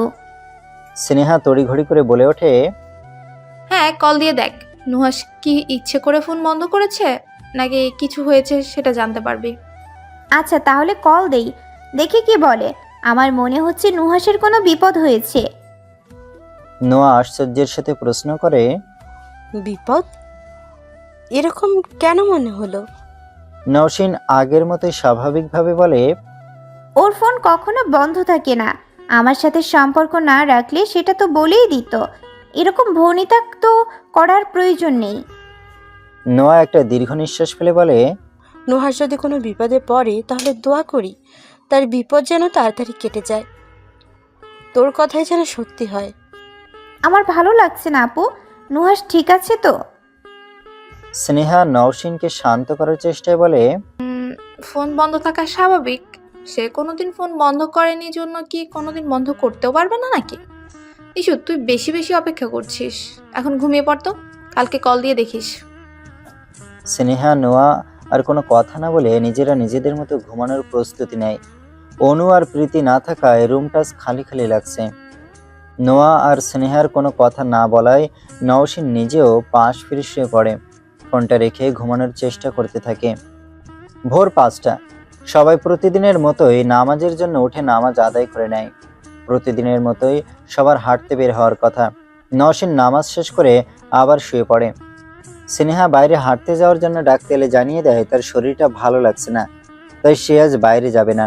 নওশিনকে রেখেই সবাই সকাল সকাল হাঁটতে বেরিয়ে যায়। নওশিন শুয়ে শুয়ে নুহাসের কথা ভাবছিল। এত সকালে ফোন দেওয়া উচিত হবে কিনা সেটা ভাবতে থাকে। কোন সিদ্ধান্তে পৌঁছাবে, ফোন দিলে কি হবে সেসব না ভেবে ফোনটা হাতে নিয়ে পুনরায় কল দেয় সে। ফোনে রিং হতেই নওশিনের মুখে হাসি ফুটে যায়। স্বস্তির নিঃশ্বাস ফেলে সে। ফোন অন হয়েছে মানে নুহাস ঠিক আছে, এটা ভেবেই শান্তি পায় নওশিন। দুবার রিং হলেও ওপাশ থেকে নুহাস কল রিসিভ করে না। নওশিন ভাবে নুহাস হয়তো ঘুমোচ্ছে তাই কল রিসিভ করছে না। এখন ঘুম থেকে উঠলে নামাজটা পড়তে পারবে ভেবে আবার কল দিতেই শুনতে পায়, আপনার কাঙ্ক্ষিত নম্বরটিতে এই মুহূর্তে সংযোগ দেওয়া সম্ভব হচ্ছে না। একজন কল রিসিভ না করে ফোন বন্ধ করে রেখেছে জন্য অন্যজন কান্নাকাটি কেন করতে হবে? নওশিন, তুই কি এখনো ছোট, বুঝিস না কিছু? আমি আগাগোড়া বলছি ওই ছেলে ভালো না, মুখে মধু নিয়ে কথা বলে। সোজা বাংলা কথায় নুহাস তোকে ঠকিয়েছে, তোর সাথে রিলেশন কন্টিনিউ করতে চায় না। কিভাবে ব্রেকআপ করবে সেটা হয়তো বুঝতে পারছিল না, তাই তোর সাথে যোগাযোগ রাখছে না। নওশিন ভোরবেলা থেকে নুহাসকে কল দিয়ে আর একটাবারের জন্য পায়নি। কি করবে কিছুই বুঝে উঠতে পারছিল না। নোয়া আর স্নেহার বাড়ি ফেরার অপেক্ষা করেছিল সে। তারা বাড়ি ফিরে এলে নওশিন ভোরবেলার ঘটনা খুলে বললে উক্ত কথাটি নোয়া বলে নওশিনকে পরিস্থিতি বোঝানোর চেষ্টা করে। স্নেহা শুধু নওশিনকে চুপ করতে বলে যাচ্ছে। কান্নার শব্দ বাইরে গেলে নানা নানি চলে আসবে, আর তারা চলে আসলে বড়সড় আকারের একটা ঝামেলা হয়ে যাবে। নোয়া নিজের বিছানা ছেড়ে নওশিনের পাশে এসে বসে, মাথায় হাত বুলিয়ে দিয়ে নিজের বুকে জড়িয়ে নেয়। কি হয়েছে কি হচ্ছে সেটা সে নিজেও জানে না, শুধু জানে নওশিনকে ভেঙে পড়তে দেওয়া যাবে না। মেয়েটা ভেঙে পড়লে যে এবার আর উঠে দাঁড়াতে পারবে না, একেবারে নিঃস্ব হয়ে যাবে এবার। নওশিন মাথা তুলে নিজেই নিজের চোখের পানি মুছে ফুপিয়ে ফুপিয়ে বলে ওঠে, আপু আমার সাথে কি এবার সব ভুল হবে? আমি ঠকে যাব? নুহাস আমাকে ঠকাবে? কিসে কমতি ছিল আমার, বলো তো? নোয়া কিছু বলার আগেই স্নেহা বলে ওঠে, আমার মনে হচ্ছে তোমরা একটু বেশিই ভাবছো। ওখানে কি হয়েছে সেটা আমরা কেউই জানি না। আর এই যে নওশিন কল রিসিভ করেনি, হয়তো ফোন বন্ধ হয়ে গেছে, হতে পারে না এমন কিছু? নোয়া বসা থেকে উঠে দাঁড়িয়ে পায়চারি করতে থাকে। কিছুক্ষণ চুপ করে কিছু একটা ভেবে বলে, হ্যাঁ, কবিরকে একবার কল দে। বিষয়টা আমার কাছে গোলমেলে লাগছে। 2 বছর আগে ঘটে যাওয়া এক ঘটনার কথা মনে পড়েছে এবার। জানি না তোর সাথে কি হচ্ছে বা হবে। নোয়ার কথা শুনে সন্দিগ্ধ চোখে তাকায় নওশিন। থেমে থেমে জিজ্ঞেস করে, কি মনে হচ্ছে আপু? আমাকে বলো প্লিজ। স্নেহা নওশিনের ফোনটা নিয়ে নওশিনের হাতে ধরিয়ে দিয়ে বলে, ভাবাভাবি বন্ধ করে তুই কল দে, ওনার কাছেই জানতে পারবি কি হচ্ছে বা হয়েছে। নোয়াও বলে ওঠে, কি হচ্ছে সেটা জানার মাধ্যম তো আছেই, চিন্তা করিস কেন, ফোন লাগা জলদি। নওশিন ওড়না দিয়ে চোখ মুখ মুছে একটু স্বাভাবিক হওয়ার চেষ্টা করে। নুহাসের বন্ধু কবিরের ফোন কল দেয়। প্রথমবার রিং হয়ে কেটে গেলে নোয়া আবার কল দিতে বলে। নোয়ার কথা শুনে নওশিন আবার কল করে। দ্বিতীয়বারে কল রিসিভ হয়। নওশিন সালাম দিতেই ওপাশ থেকে ঘুম জড়ানো গলায় সালামের জবাব আসে। নওশিন মলিন মুখে বলে, ভাইয়া এত সকালে আপনাকে কল করা উচিত হয়নি, কিন্তু কল না করেও উপায় পাচ্ছিলাম না। আমি নওশিন, আমাকে চিনেছেন? নওশিনের পরিচয় পেয়ে ওপাশে থাকা ব্যক্তি তড়িৎ গতিতে শোয়া থেকে উঠে বসে। চক্ষু ডলে স্ক্রিনে থাকা সেভ করা নম্বরটি দেখে নেয়। চকিতে বলে, হ্যাঁ আপু বলো। নওশিন স্নেহা আর নোয়ার দিকে একবার করে তাকিয়ে চোখ ফিরিয়ে নিয়ে বলে, ভাইয়া নুহাস ঠিক আছে? ওর কোনো বিপদ হয়নি তো? আমি ওকে ফোনে পাচ্ছি না। গতকাল দেখা হয়েছিল, তখন তো ভালোই ছিল। বাসায় আসার সময় গাড়ি ছাড়া অবধি স্টেশনে দাঁড়িয়েছিল। বাসায় ফিরে বিকেলে কথা হয়েছিল, ব্যস্ত ছিল জন্য রাতে কথা বলবে বলেছিল। রাতে ওকে ফোনে পাইনি, ফোন বন্ধ। সকালে 2বার রিং হলেও পরে আবার ফোন বন্ধ। আমি তো কিছুই বুঝতে পারছি না ভাইয়া। কবির একটা দীর্ঘ নিঃশ্বাস ফেলে। তাকে চুপ থাকতে দেখে নওশিন কিছু একটা বুঝতে পেরে বলে, ভাইয়া আমি সব কিছু শুনতে প্রস্তুত, আপনি আমাকে বলতে পারেন। নওশিনের জন্য কবিরের খারাপ লাগা শুরু হয়েছে। কিছু লুকোতেও ইচ্ছে করছে না তার, সত্যিটা বলতেও মন সায় দিচ্ছে না। তবুও নিজেকে শক্ত করে বলে ওঠে, কি যে বলি আপু, আপনাকে সত্যিটা বলার সাহস আমার হচ্ছে না। বলেন ভাইয়া। কবির কিছুক্ষণ চুপ করে থেকে সত্যিটা বলবে বলে সিদ্ধান্ত নেয়। নওশিন আরেকবার জিজ্ঞেস করতে বলে, রাতে নুহাসের কাজিনের সাথে বিয়ে হয়েছে। ও একবার বলেছিল ওর কাজিন ওকে পছন্দ করে, নিজের কথা কখনো বলেনি। আমার মনে হয় ওদের সম্পর্ক ছিল। ফোনটা হাত থেকে ধপ করে মেঝেতে পড়ে যায়। নিশ্চুপ হয়ে যায় নওশিন। চোখ দিয়ে পানি গড়িয়ে পড়তে থাকে। ফোনের ওপাশ থেকে কবির হ্যালো হ্যালো করে যাচ্ছে। কলটা লাউড স্পিকার করা ছিল। নোয়া আর স্নেহা দুজন মিলে দুপাশ থেকে জড়িয়ে ধরে। নওশিন নিজের দুহাত দিয়ে মুখ চেপে ধরে নিজের শরীরের সমস্ত শক্তি দিয়ে জোরে একটা চিৎকার দিয়ে কান্না করে ওঠে। দুপুর 3টা। নওশিন মন খারাপ করে জানালার পাশে বসে আছে। চোখ দিয়ে অনবরত পানি ঝরছে। চোখের রং লাল হয়ে গেছে, ফুলেও গেছে খানিকটা। নুহাসের এমন একটা কাজের পর সে নিজেকে কোনোভাবে সামলে উঠতে পারছে না। সকালে খাওয়া দাওয়া করেনি। দুপুরে খাওয়ার জন্য নোয়া ডাকতে এলেও খেতে যায়নি। নোয়া নিজেই খাওয়া দাওয়া শেষ করে প্লেটে নওশিনের জন্য খাবার এনেছিল। জোর করে 2-3 লোকমা নিজের হাতে তুলে খাইয়ে দিয়েছে। সকাল থেকে নওশিন একভাবেই জানালার পাশে বসে আছে। কি করবে না করবে কিছুই ভেবে পাচ্ছিল না। নোয়া তাকে বারবার বুঝিয়েছে এখন কোনোভাবেই ভেঙে পড়া যাবে না। নোয়া আরও বলেছে তার এখন আদনানের বিষয়ে ভাবা উচিত। কোনো মানুষই নিজের চেয়ে অন্য কাউকে বেশি ভালোবাসতে পারে না। তাই নওশিনের উচিত যা হয়েছে তা ভুলে গিয়ে আদনানের বিষয়ে ভাবা। রুমে 3 জনই ছিল। স্নেহা ঘুমাচ্ছিল, নোয়া শুয়ে শুয়ে ফোন দিচ্ছিল। নওশিন জানালার পাশে থেকে উঠে নোয়ার কাছে যায়। নওশিনকে দেখে নোয়া মুচকি হেসে বলে, আয় এদিকে আমার কাছে বস। নওশিনের চোখ গাল মুছে দিতে দিতে আবার বলে, দেখিস একটাবার নিজেকে এই এক বেলায় নিজের কি অবস্থা করেছিস। আল্লাহ, আর কতবার তোকে বলবো ওই ছেলে তোর জন্য সঠিক ছিল না। নওশিন নোয়ার কথার উত্তর না দিয়ে বলে, আপু আদনান স্যারের নাম্বার পাওয়া যাবে? নানা ভাইয়ের কাছে কি ওনার নাম্বার আছে? নওশিনের কথায় নোয়ার মুখে হাসি উঠে যায়। সে বলে, তুই ওনার সাথে কথা বলবি? তুই এখানে বস, আমি এক্ষুনি নানা ভাইয়ের কাছ থেকে নাম্বার এনে দিচ্ছি। না না, তোমাকে কষ্ট করে নাম্বার এনে দিতে হবে না, আমি নিজেই যাচ্ছি। নানা ভাই তোকে এই অবস্থায় দেখলে কষ্ট পাবে। নানা ভাই জানে, দেখেছে আমাকে। নানা ভাই জানে? হ্যাঁ, তোমরা দুপুরে খাচ্ছিলে তখন নানা ভাই আমার রুমে এসেছিল। নানা ভাই অনেকক্ষণ কথা বলেছে এসব নিয়ে। আগে যতটা খারাপ লাগছিল এখন আর ততটা লাগছে না। ওকে তো ঘৃণা লাগছে আমার। নওশীন নিজের কথা শেষ করে রুম থেকে বেরিয়ে যায়। তার নানা বাহিরেই চেয়ার পেতে বসেছিলেন। নওশীন ধীর পায়ে সেদিকে এগিয়ে যায়। নওশীনকে আসতে দেখে মুহিব শেখ বলে ওঠেন, ঘুম আসছে না? নওশীন মাথা ঝাঁকিয়ে বলে, না, ঘুম আসছে না। নানা ভাই আদনান সাহেবের নাম্বার আছে, ওনার নাম্বারটি দেওয়া যাবে? মুহিব শেখ হাসি মুখে জিজ্ঞেস করে, তুই কি তার সম্পর্কে ভাবতে চাচ্ছিস নানা ভাই? হ্যাঁ। আচ্ছা, ওনার সাথে বের হলে কি তোমরা কেউ মাইন্ড করবে? আমার বাড়িতে ভালো লাগছে না। আজকেই হ্যাঁ বলছি, এটাই প্রথম আর এটাই শেষ। এরপর এরকম আর কোনো আবদার করবে না। আমার ফোনটা নাও, এখানে নম্বর সেভ করা আছে। নওশীন মুহিব শেখের হাত থেকে ফোনটা নিয়ে আদনানের নাম্বারটা নেয়। নানার সাথে আরও কিছু কথা বলে রুমে চলে আসে। নওশীনকে রুমে আসতে দেখে নোয়া বলে ওঠে, পেয়েছিস নাম্বার? হ্যাঁ, পেয়েছি। কল দিবি? কল না দিলে নাম্বার কেন নিলাম? কি বলবি? দেখো কি বলি। নওশীন আর কোনো কথা না বলে ফোনটা নিয়ে জানালার কাছে চলে যায়। আদনানের নাম্বারটি বের করেই কল দেয়। রিং হতেই ওপাশ থেকে কল রিসিভ হয়ে যায়।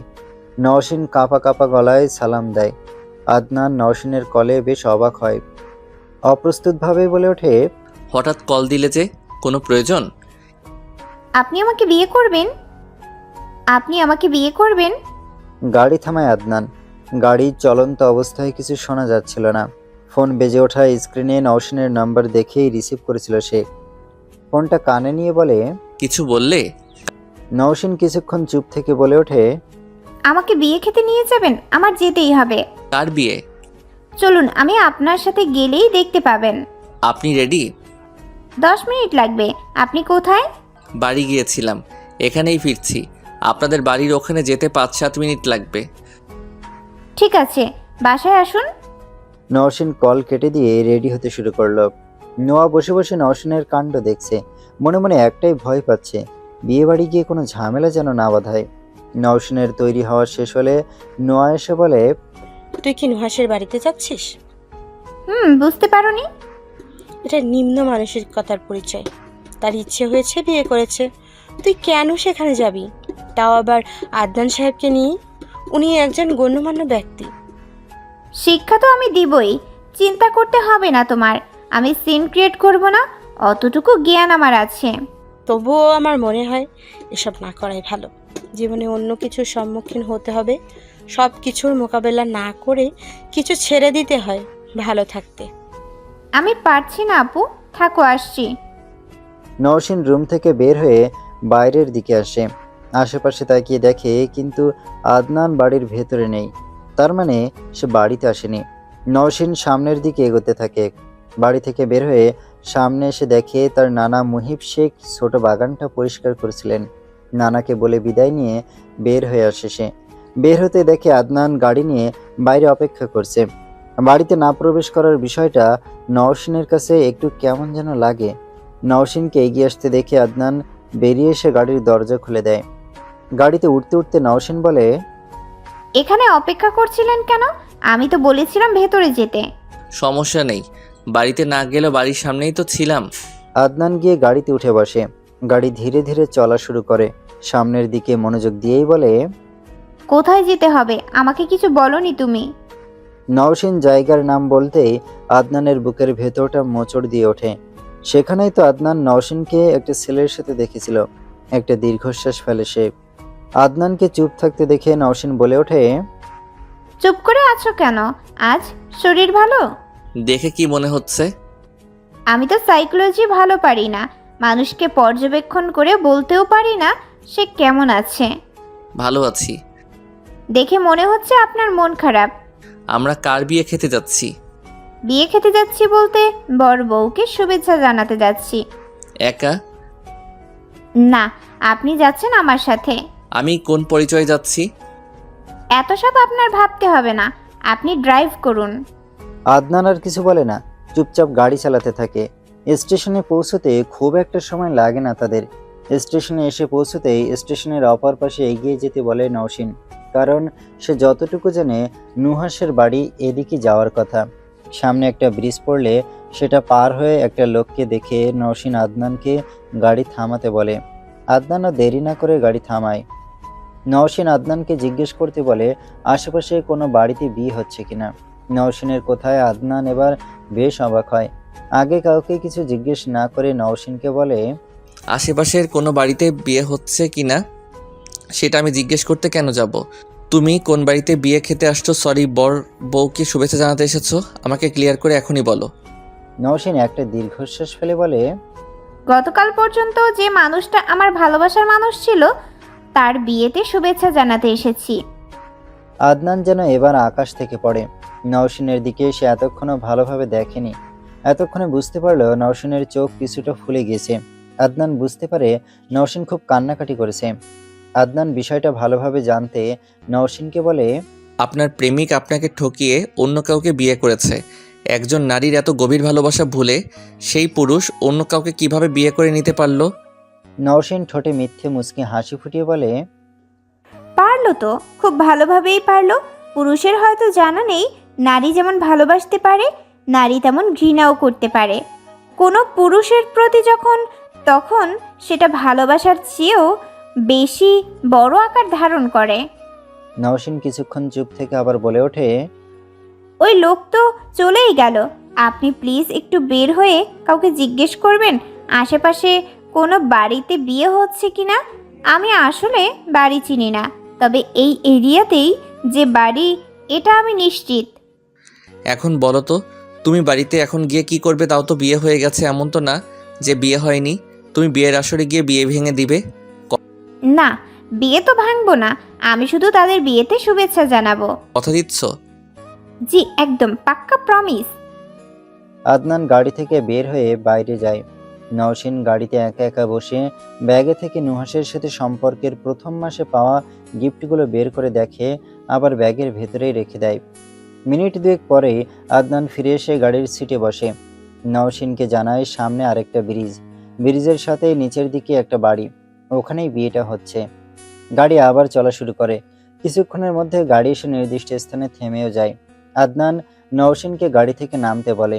সে নিজেও বুঝতে পারছে নওশিনকে তার ইচ্ছেতে এসব করতে দেওয়া উচিত হচ্ছে না, তবুও কোনোভাবে মনে হচ্ছে কিছু সময় অন্যরকম কিছু করে মানসিক শান্তি পাওয়া গেলে হয়তো সেটা করা উচিত। আদনান গাড়ি থেকে নামার আগে মুখে মাস্ক আর চশমাটা পরে নেয়। গাড়ি থেকেই বের হয়ে নওশিনের কাছে এসে দাঁড়ায়। নওশিনের ভেতরে যেতে ভয় লাগছে। প্রিয় মানুষের পাশে আজ যে অন্য কাউকে দেখবে, প্রিয় মানুষের সাথে অন্য কাউকে দেখার মতো দুর্ভাগ্য হয়তো আর কোনো কিছুতেই নেই। নওশিন আবার ভাবে নুহাস তো আর প্রিয় মানুষ নেই, সে কঠিনভাবে অপ্রিয় মানুষ হয়ে গেছে। সে একজন প্রতারক, মিষ্টি কথায় সে তাকে এতদিন ঠকিয়েছে। নওশিনের ভাবনায় আদনান ছেদ ঘটায়। এপাশে ওপাশে তাকিয়ে জিজ্ঞেস করে, এখানে দাঁড়িয়ে থাকবে? নওশিন আদনানের দিকে তাকায়।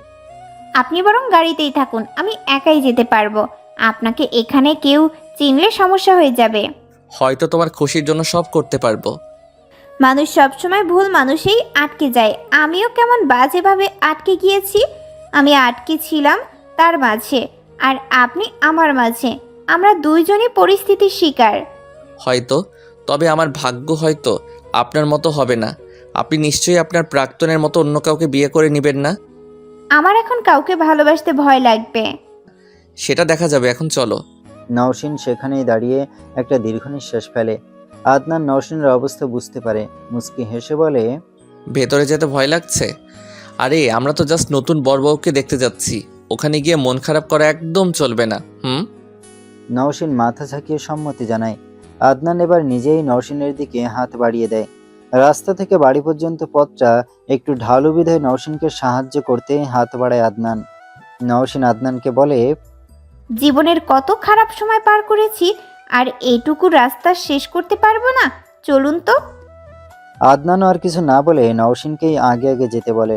নওশিন রওনা দিলে সেও পিছন পিছন যায়। বাড়িতে জমজমাট আয়োজন। বাড়িটাও বিশাল আকারের। গ্রামের বড় বাড়ি যেমন হয়, এই বাড়িটাও তার অন্যথা নয়। বাড়ির আনাচে কানাচেও লোকে লোকারণ্য। বিয়েতে যাদের দাওয়াত করা হয়েছে তারা খাওয়া দাওয়া শেষ করে বের হচ্ছে। একপাশেই ছোট একটা জায়গা সাজানো, সেখানে ফাঁক ফোকর দিয়ে নতুন বউকে কিছুটা দেখা যাচ্ছে, কিন্তু পাশে বর নেই। বউয়ের আশেপাশে কিছু পিচ্ছি আর 2টা 15-16 বছর বয়সী মেয়ে বসে আছে বউকে সঙ্গ দিতে। আশেপাশে তেমন কাউকে না দেখে নওশিন বউয়ের দিকেই এগোতে থাকে। মাঝপথে আদনানের কল এলে আদনান ফোনটা বের করে দেখে তার মা কল দিয়েছে। নওশিন আদনানের দিকে তাকাতেই আদনানও নওশিনের দিকে তাকায়। নওশিন কথা বলে আসতে বলে। আদনান তাকে জানায় সে 2 মিনিটের মধ্যে আসছে। নওশিনও মুচকি হেসে সম্মতি দেয়। নওশিন বউয়ের কাছাকাছি যেতেই যেন তার বুকটা ভারী হয়ে আসতে শুরু করে। নিজের ভরটাও যেন বেড়েছে। পা ঠিকমতো চলছে না। নিজের মন শক্ত করে একটা শ্বাস ফেলে বউয়ের দিকে এগিয়ে যায়। নওশিন নতুন বউয়ের পাশে একটা চেয়ার টেনে বসেই সালাম দেয়। নতুন বউ সালামের জবাব দিতেই নওশিন বলে ওঠে, কেমন আছেন? নতুন বউ মুচকি হেসে আবার জবাব দেয়, জি আলহামদুলিল্লাহ ভালো আছি, আপনি? জি ভালো। আমাকে চিনলেন না তাই না? না আসলে চিনতে পারিনি। আমি নুহাসের বান্ধবী। ও আচ্ছা। তা সে কোথায়? দেখছি না যে। ও একটু ভেতরে গেল, বললো কি যেন দরকার। আপনি এখন এসেছেন? খাওয়া দাওয়া হয়েছে? ওসব নিয়ে আপনাকে ভাবতে হবে না। নওশিন ব্যাগ থেকে গিফটগুলো বের করে নতুন বউয়ের হাতে দেয়, জানা এগুলো তার জন্য আনা হয়েছে। দুজনের মধ্যে কথাবার্তা চলতে থাকে। নওশিন কথার মাঝে নতুন বউয়ের দিকে এক পলক চেয়ে থাকে আর ভাবে এই মানুষটা না ঠকালে হয়তো এই জায়গায় সে থাকতে পারত। নুহাস বাড়ির ভেতর থেকে বেরিয়ে আসতে নতুন বউয়ের পাশে নওশিনকে দেখে সেখানেই থেমে যায়।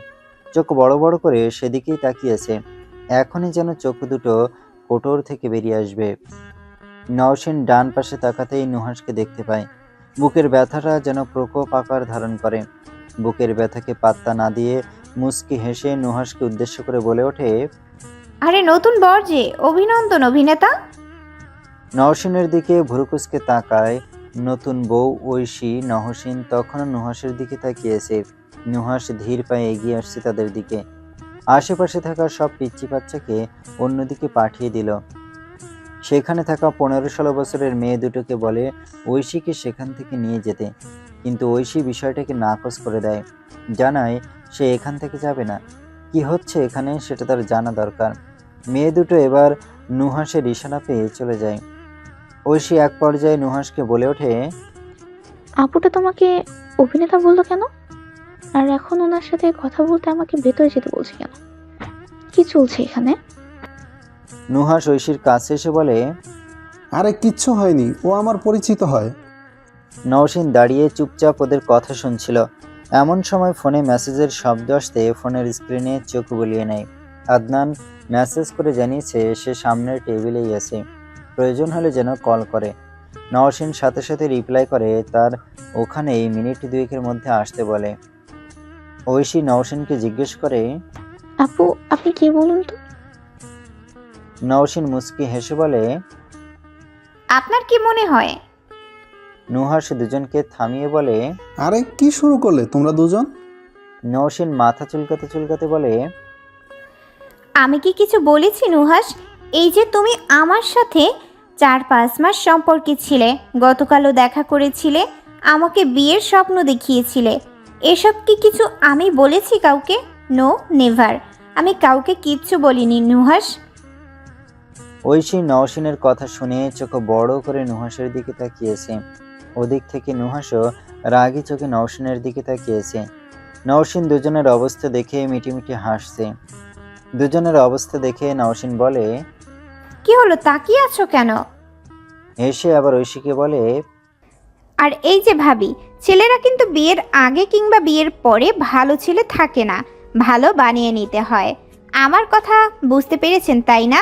দেখে বুদ্ধিমতী মেয়ে মনে হচ্ছে, আমার কথা হয়তো বুঝতে পেরেছেন। আদনান এসে তিনজনের পাশে দাঁড়ায়। সে তখনও মাস্ক সানগ্লাস পরে আছে। নওশিন নুহাস এবং ঐশীকে উদ্দেশ্য করে আদনানকে দেখিয়ে বলে, পরিচয় করিয়ে দেই, উনি আমার হবু বর, উনি পেশায় একজন ইউনো। নুহাসের দিকে তাকিয়ে তাচ্ছিল্যের হাসি হেসে বলে, খুব একটা ঠকাতে পারলে না, তোমার চেয়ে শতগুণে একজন ভালো মানুষ পেতে চলেছি আমি। আল্লাহর কাছে হাজার হাজার শুকরিয়া, উনি তোমার মতো ছেলেকে আমার কপালে লিখে রাখেননি। তারা সবাই বিয়ে বাড়ির মানুষদের থেকে একটু দূরে থাকায় কেউ বুঝে উঠতে পারেনি এখানে কি হচ্ছে। নুহাসের অবস্থা দেখে নওশিনের যেন এবার শান্তি শান্তি লাগছে। সে নিজেই মনে মনে বলতে থাকে, নুহাস, মেয়েদের তুমি এখনো চিনে উঠতে পারোনি।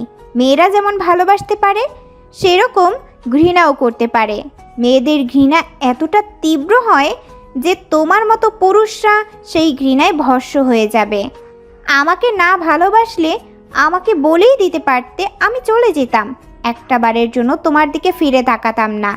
এই যে আমি আজ তোমার পাশে অন্য একটা মেয়েকে দেখছি, আমার একটুও খারাপ লাগছে না, কষ্ট হচ্ছে না। ওই যে কথায় বলে না, মন থেকে একবার উঠে গেলে কারো পাশে শুয়ে থাকলে যাবে আসবে না, সেরকম হয়েছে আমার। আমি এখন খুশি তোমার মতো ছেলেকে আর আমাকে ভালোবাসতে হবে না। তুমিও এখন একটু বোঝো মনের বিরুদ্ধে কিছু ঘটলে ঠিক কেমন লাগে। নওশিন একটা দীর্ঘ নিঃশ্বাস ফেলে আদনানকে বলে, চলুন, আমার এখানকার কাজ শেষ। চলো। নওশিন আর আদনান চলে যেতে থাকে। নওশিনের হঠাৎ কিছু মনে পড়তেই পিছনে ঘুরে তাকায়। ঐশী এক পলকে নুহাসের দিকে তাকিয়েছে। নুহাস বারবার তাকে বোঝানোর চেষ্টা করেই যাচ্ছে। নওশিন এগিয়ে গিয়ে ঐশীকে উদ্দেশ্য করে বলে, শুনুন আপু, আমি খুব একটা ভালো মানুষ নই। আমি খুব স্বার্থপর। কেউ আমাকে কান্না করাবে আর আমি তার চোখে পানি আনবো না, এতটা ভালো মানুষ আমি নই। আপনি আপনার বরকে সাবধানে রাখিয়েন। পেলে বয় পড়েছে আপনার ভাগ্যে, নজরে রাখবেন। আর আবার অন্য কোথাও মুখ দেওয়ার অভ্যাস আছে। নওশিন আদনানকে নিয়ে সেখান থেকে বেরিয়ে আসে। একটাবারের জন্য পিছনে ফিরে তাকায়নি। সে বুঝতে পারছে আজ সে ভীষণ সেলফিশ হয়ে গেছে, তবুও নিজেকে সান্ত্বনা দিচ্ছে এটা ভেবে যে মাঝে মধ্যে নিজের মনকে ভালো রাখতে এরকম অন্যজনের মুখোশ খুলে দিতে হয়।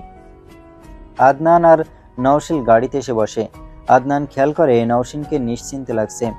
আদনান নওশিনকে জিজ্ঞেস করে, এখন কি ভালো লাগছে? আমার নিজেকে দর্শক মনে হচ্ছিল। আমি বুঝতে পারছিলাম তুমি এমন একটা দিনে ওসব বলে অন্যায় করছো, তবে কেন জানি না আটকাতে ইচ্ছে করলো না। আমার এখন শান্তি লাগছে। ওরা রিলেশন করে বিয়ে করেছে, সংসার ভাঙবে না, কিন্তু মেয়েটা ওকে হাতের পুতুল করে রাখবে। উঠতে বললে উঠতে হবে, আর বসতে বললে বসতে হবে। কথাগুলো বলেই সিটে হেলান দিয়ে চোখ বন্ধ করে ফেলে নওশিন। আদনান গাড়ি চালানো শুরু করে। নওশিন সারাটা রাস্তা চোখ বন্ধ করে বসেছিল। আদনান গাড়ি চালানোর ফাঁকে ফাঁকে নওশিনকে দেখতে থাকে। এক পর্যায়ে আদনান বলে, বাড়ি পৌঁছে দেব নাকি কোথাও যাবে ঘুরতে? নওশিন চোখ বন্ধ করে বলে, বাড়ি ছাড়া অন্য যে কোনো জায়গায় নিয়ে যান, আমি একটু শান্তিতে শ্বাস ফেলতে চাই। আদনান হাসি মুখে গাড়ি চালাতে থাকে। সামনের দিকে মনোযোগ দিয়ে বলে, আমাকে আর কতদিন অপেক্ষা করতে হবে? কিসের জন্য? আমার পাশে বসা মেয়েটার জন্য। অনন্তকাল। কেন? এত সহজে আর কাউকে মন দিতে পারছি না আমি। আমাকে আবার কেউ ছেড়ে গেলে আমি আর নিজেকে সামলে নিতে পারবো না। ছেড়ে না যাওয়ার কাজ করি। কি? বিয়ে। নওশিন আদনানের দিকে অসহায় দৃষ্টিতে তাকায়, বলে, আমার সময় লাগবে। আমি এত তাড়াতাড়ি কোনো কিছুতে সিদ্ধান্ত নিতে পারবো না। কত সময় লাগবে? আমি কলেজ লাইফটা শেষ করতে চাই। তারপর আপনাকে আর হারাতে হবে না তো? ভালোবাসেন? যদি বলি হ্যাঁ, তাহলে বলবো ভালোবাসাটা জিয়েই রাখুন। প্রেমস্পন্দনের দায়িত্ব আমি নিলাম। প্রেম স্পন্দন সেটা কি? যে প্রেমের হৃদস্পন্দন বাড়ে, প্রেমের ভাষায় আমি তাকে প্রেমস্পন্দন বলি। শুধু এটা ভাববেন না যে আমি এক জায়গায় ঠকেছি জন্য আপনাকে হ্যাঁ বলেছি। আমি বড্ড স্বার্থপর। আমি ভালোবাসায় ভালো থাকতে চাই। আমি অবুঝ নই শিশু। আদনানের মুখে নিশু ডাক শুনে তার দিকে তাকিয়ে থাকে। আদনান একটু অপ্রস্তুত হয়ে বলে, নিশু বলতে নিষেধ করেছিলে, সরি। নিশু বলে ডাকার দায়িত্ব দিলাম। হেরফের হলে কঠিন শাস্তি ভোগ করতে হবে বলে দিলাম। কি শাস্তি? বিয়ের পর রাতে রুমে নিব না। উচ্চস্বরে হেসে ওঠে আদনান। আদনানের হাসি দেখে নওশিনও মুচকে হাসে। আদনান সেটা খেয়াল করে বকে ওঠে। এই হাসি হৃদস্পন্দন বাড়িয়ে দেয়। নওশিন হেসে বলে, প্রেমস্পন্দন। আদনান নওশিনের দিকে তাকিয়ে সম্মতিসূচক মাথা নাড়ায়। নওশিন নড়ে চড়ে বসে, বলে ওঠে, আপনার গাড়িতে গান চলছে না কেন? দেওয়া হয়নি তাই। গান চালান জলদি। কোন গান বলো তুমি? এই পথ যদি না শেষ হয় তবে কেমন হতো তুমি বলো তো। তোমার গান গাওয়া মন্দ হচ্ছিল না কিন্তু। বলেই গান জুড়ে দেয় আদনান। দুজনের চোখে চোখ পড়তেই মুচকি হেসে ফেলে। নওশিনও গানের সাথে তাল মিলিয়ে গেয়ে ওঠে, এই পথ যদি না শেষ হয় তবে কেমন হতো তুমি বলো তো।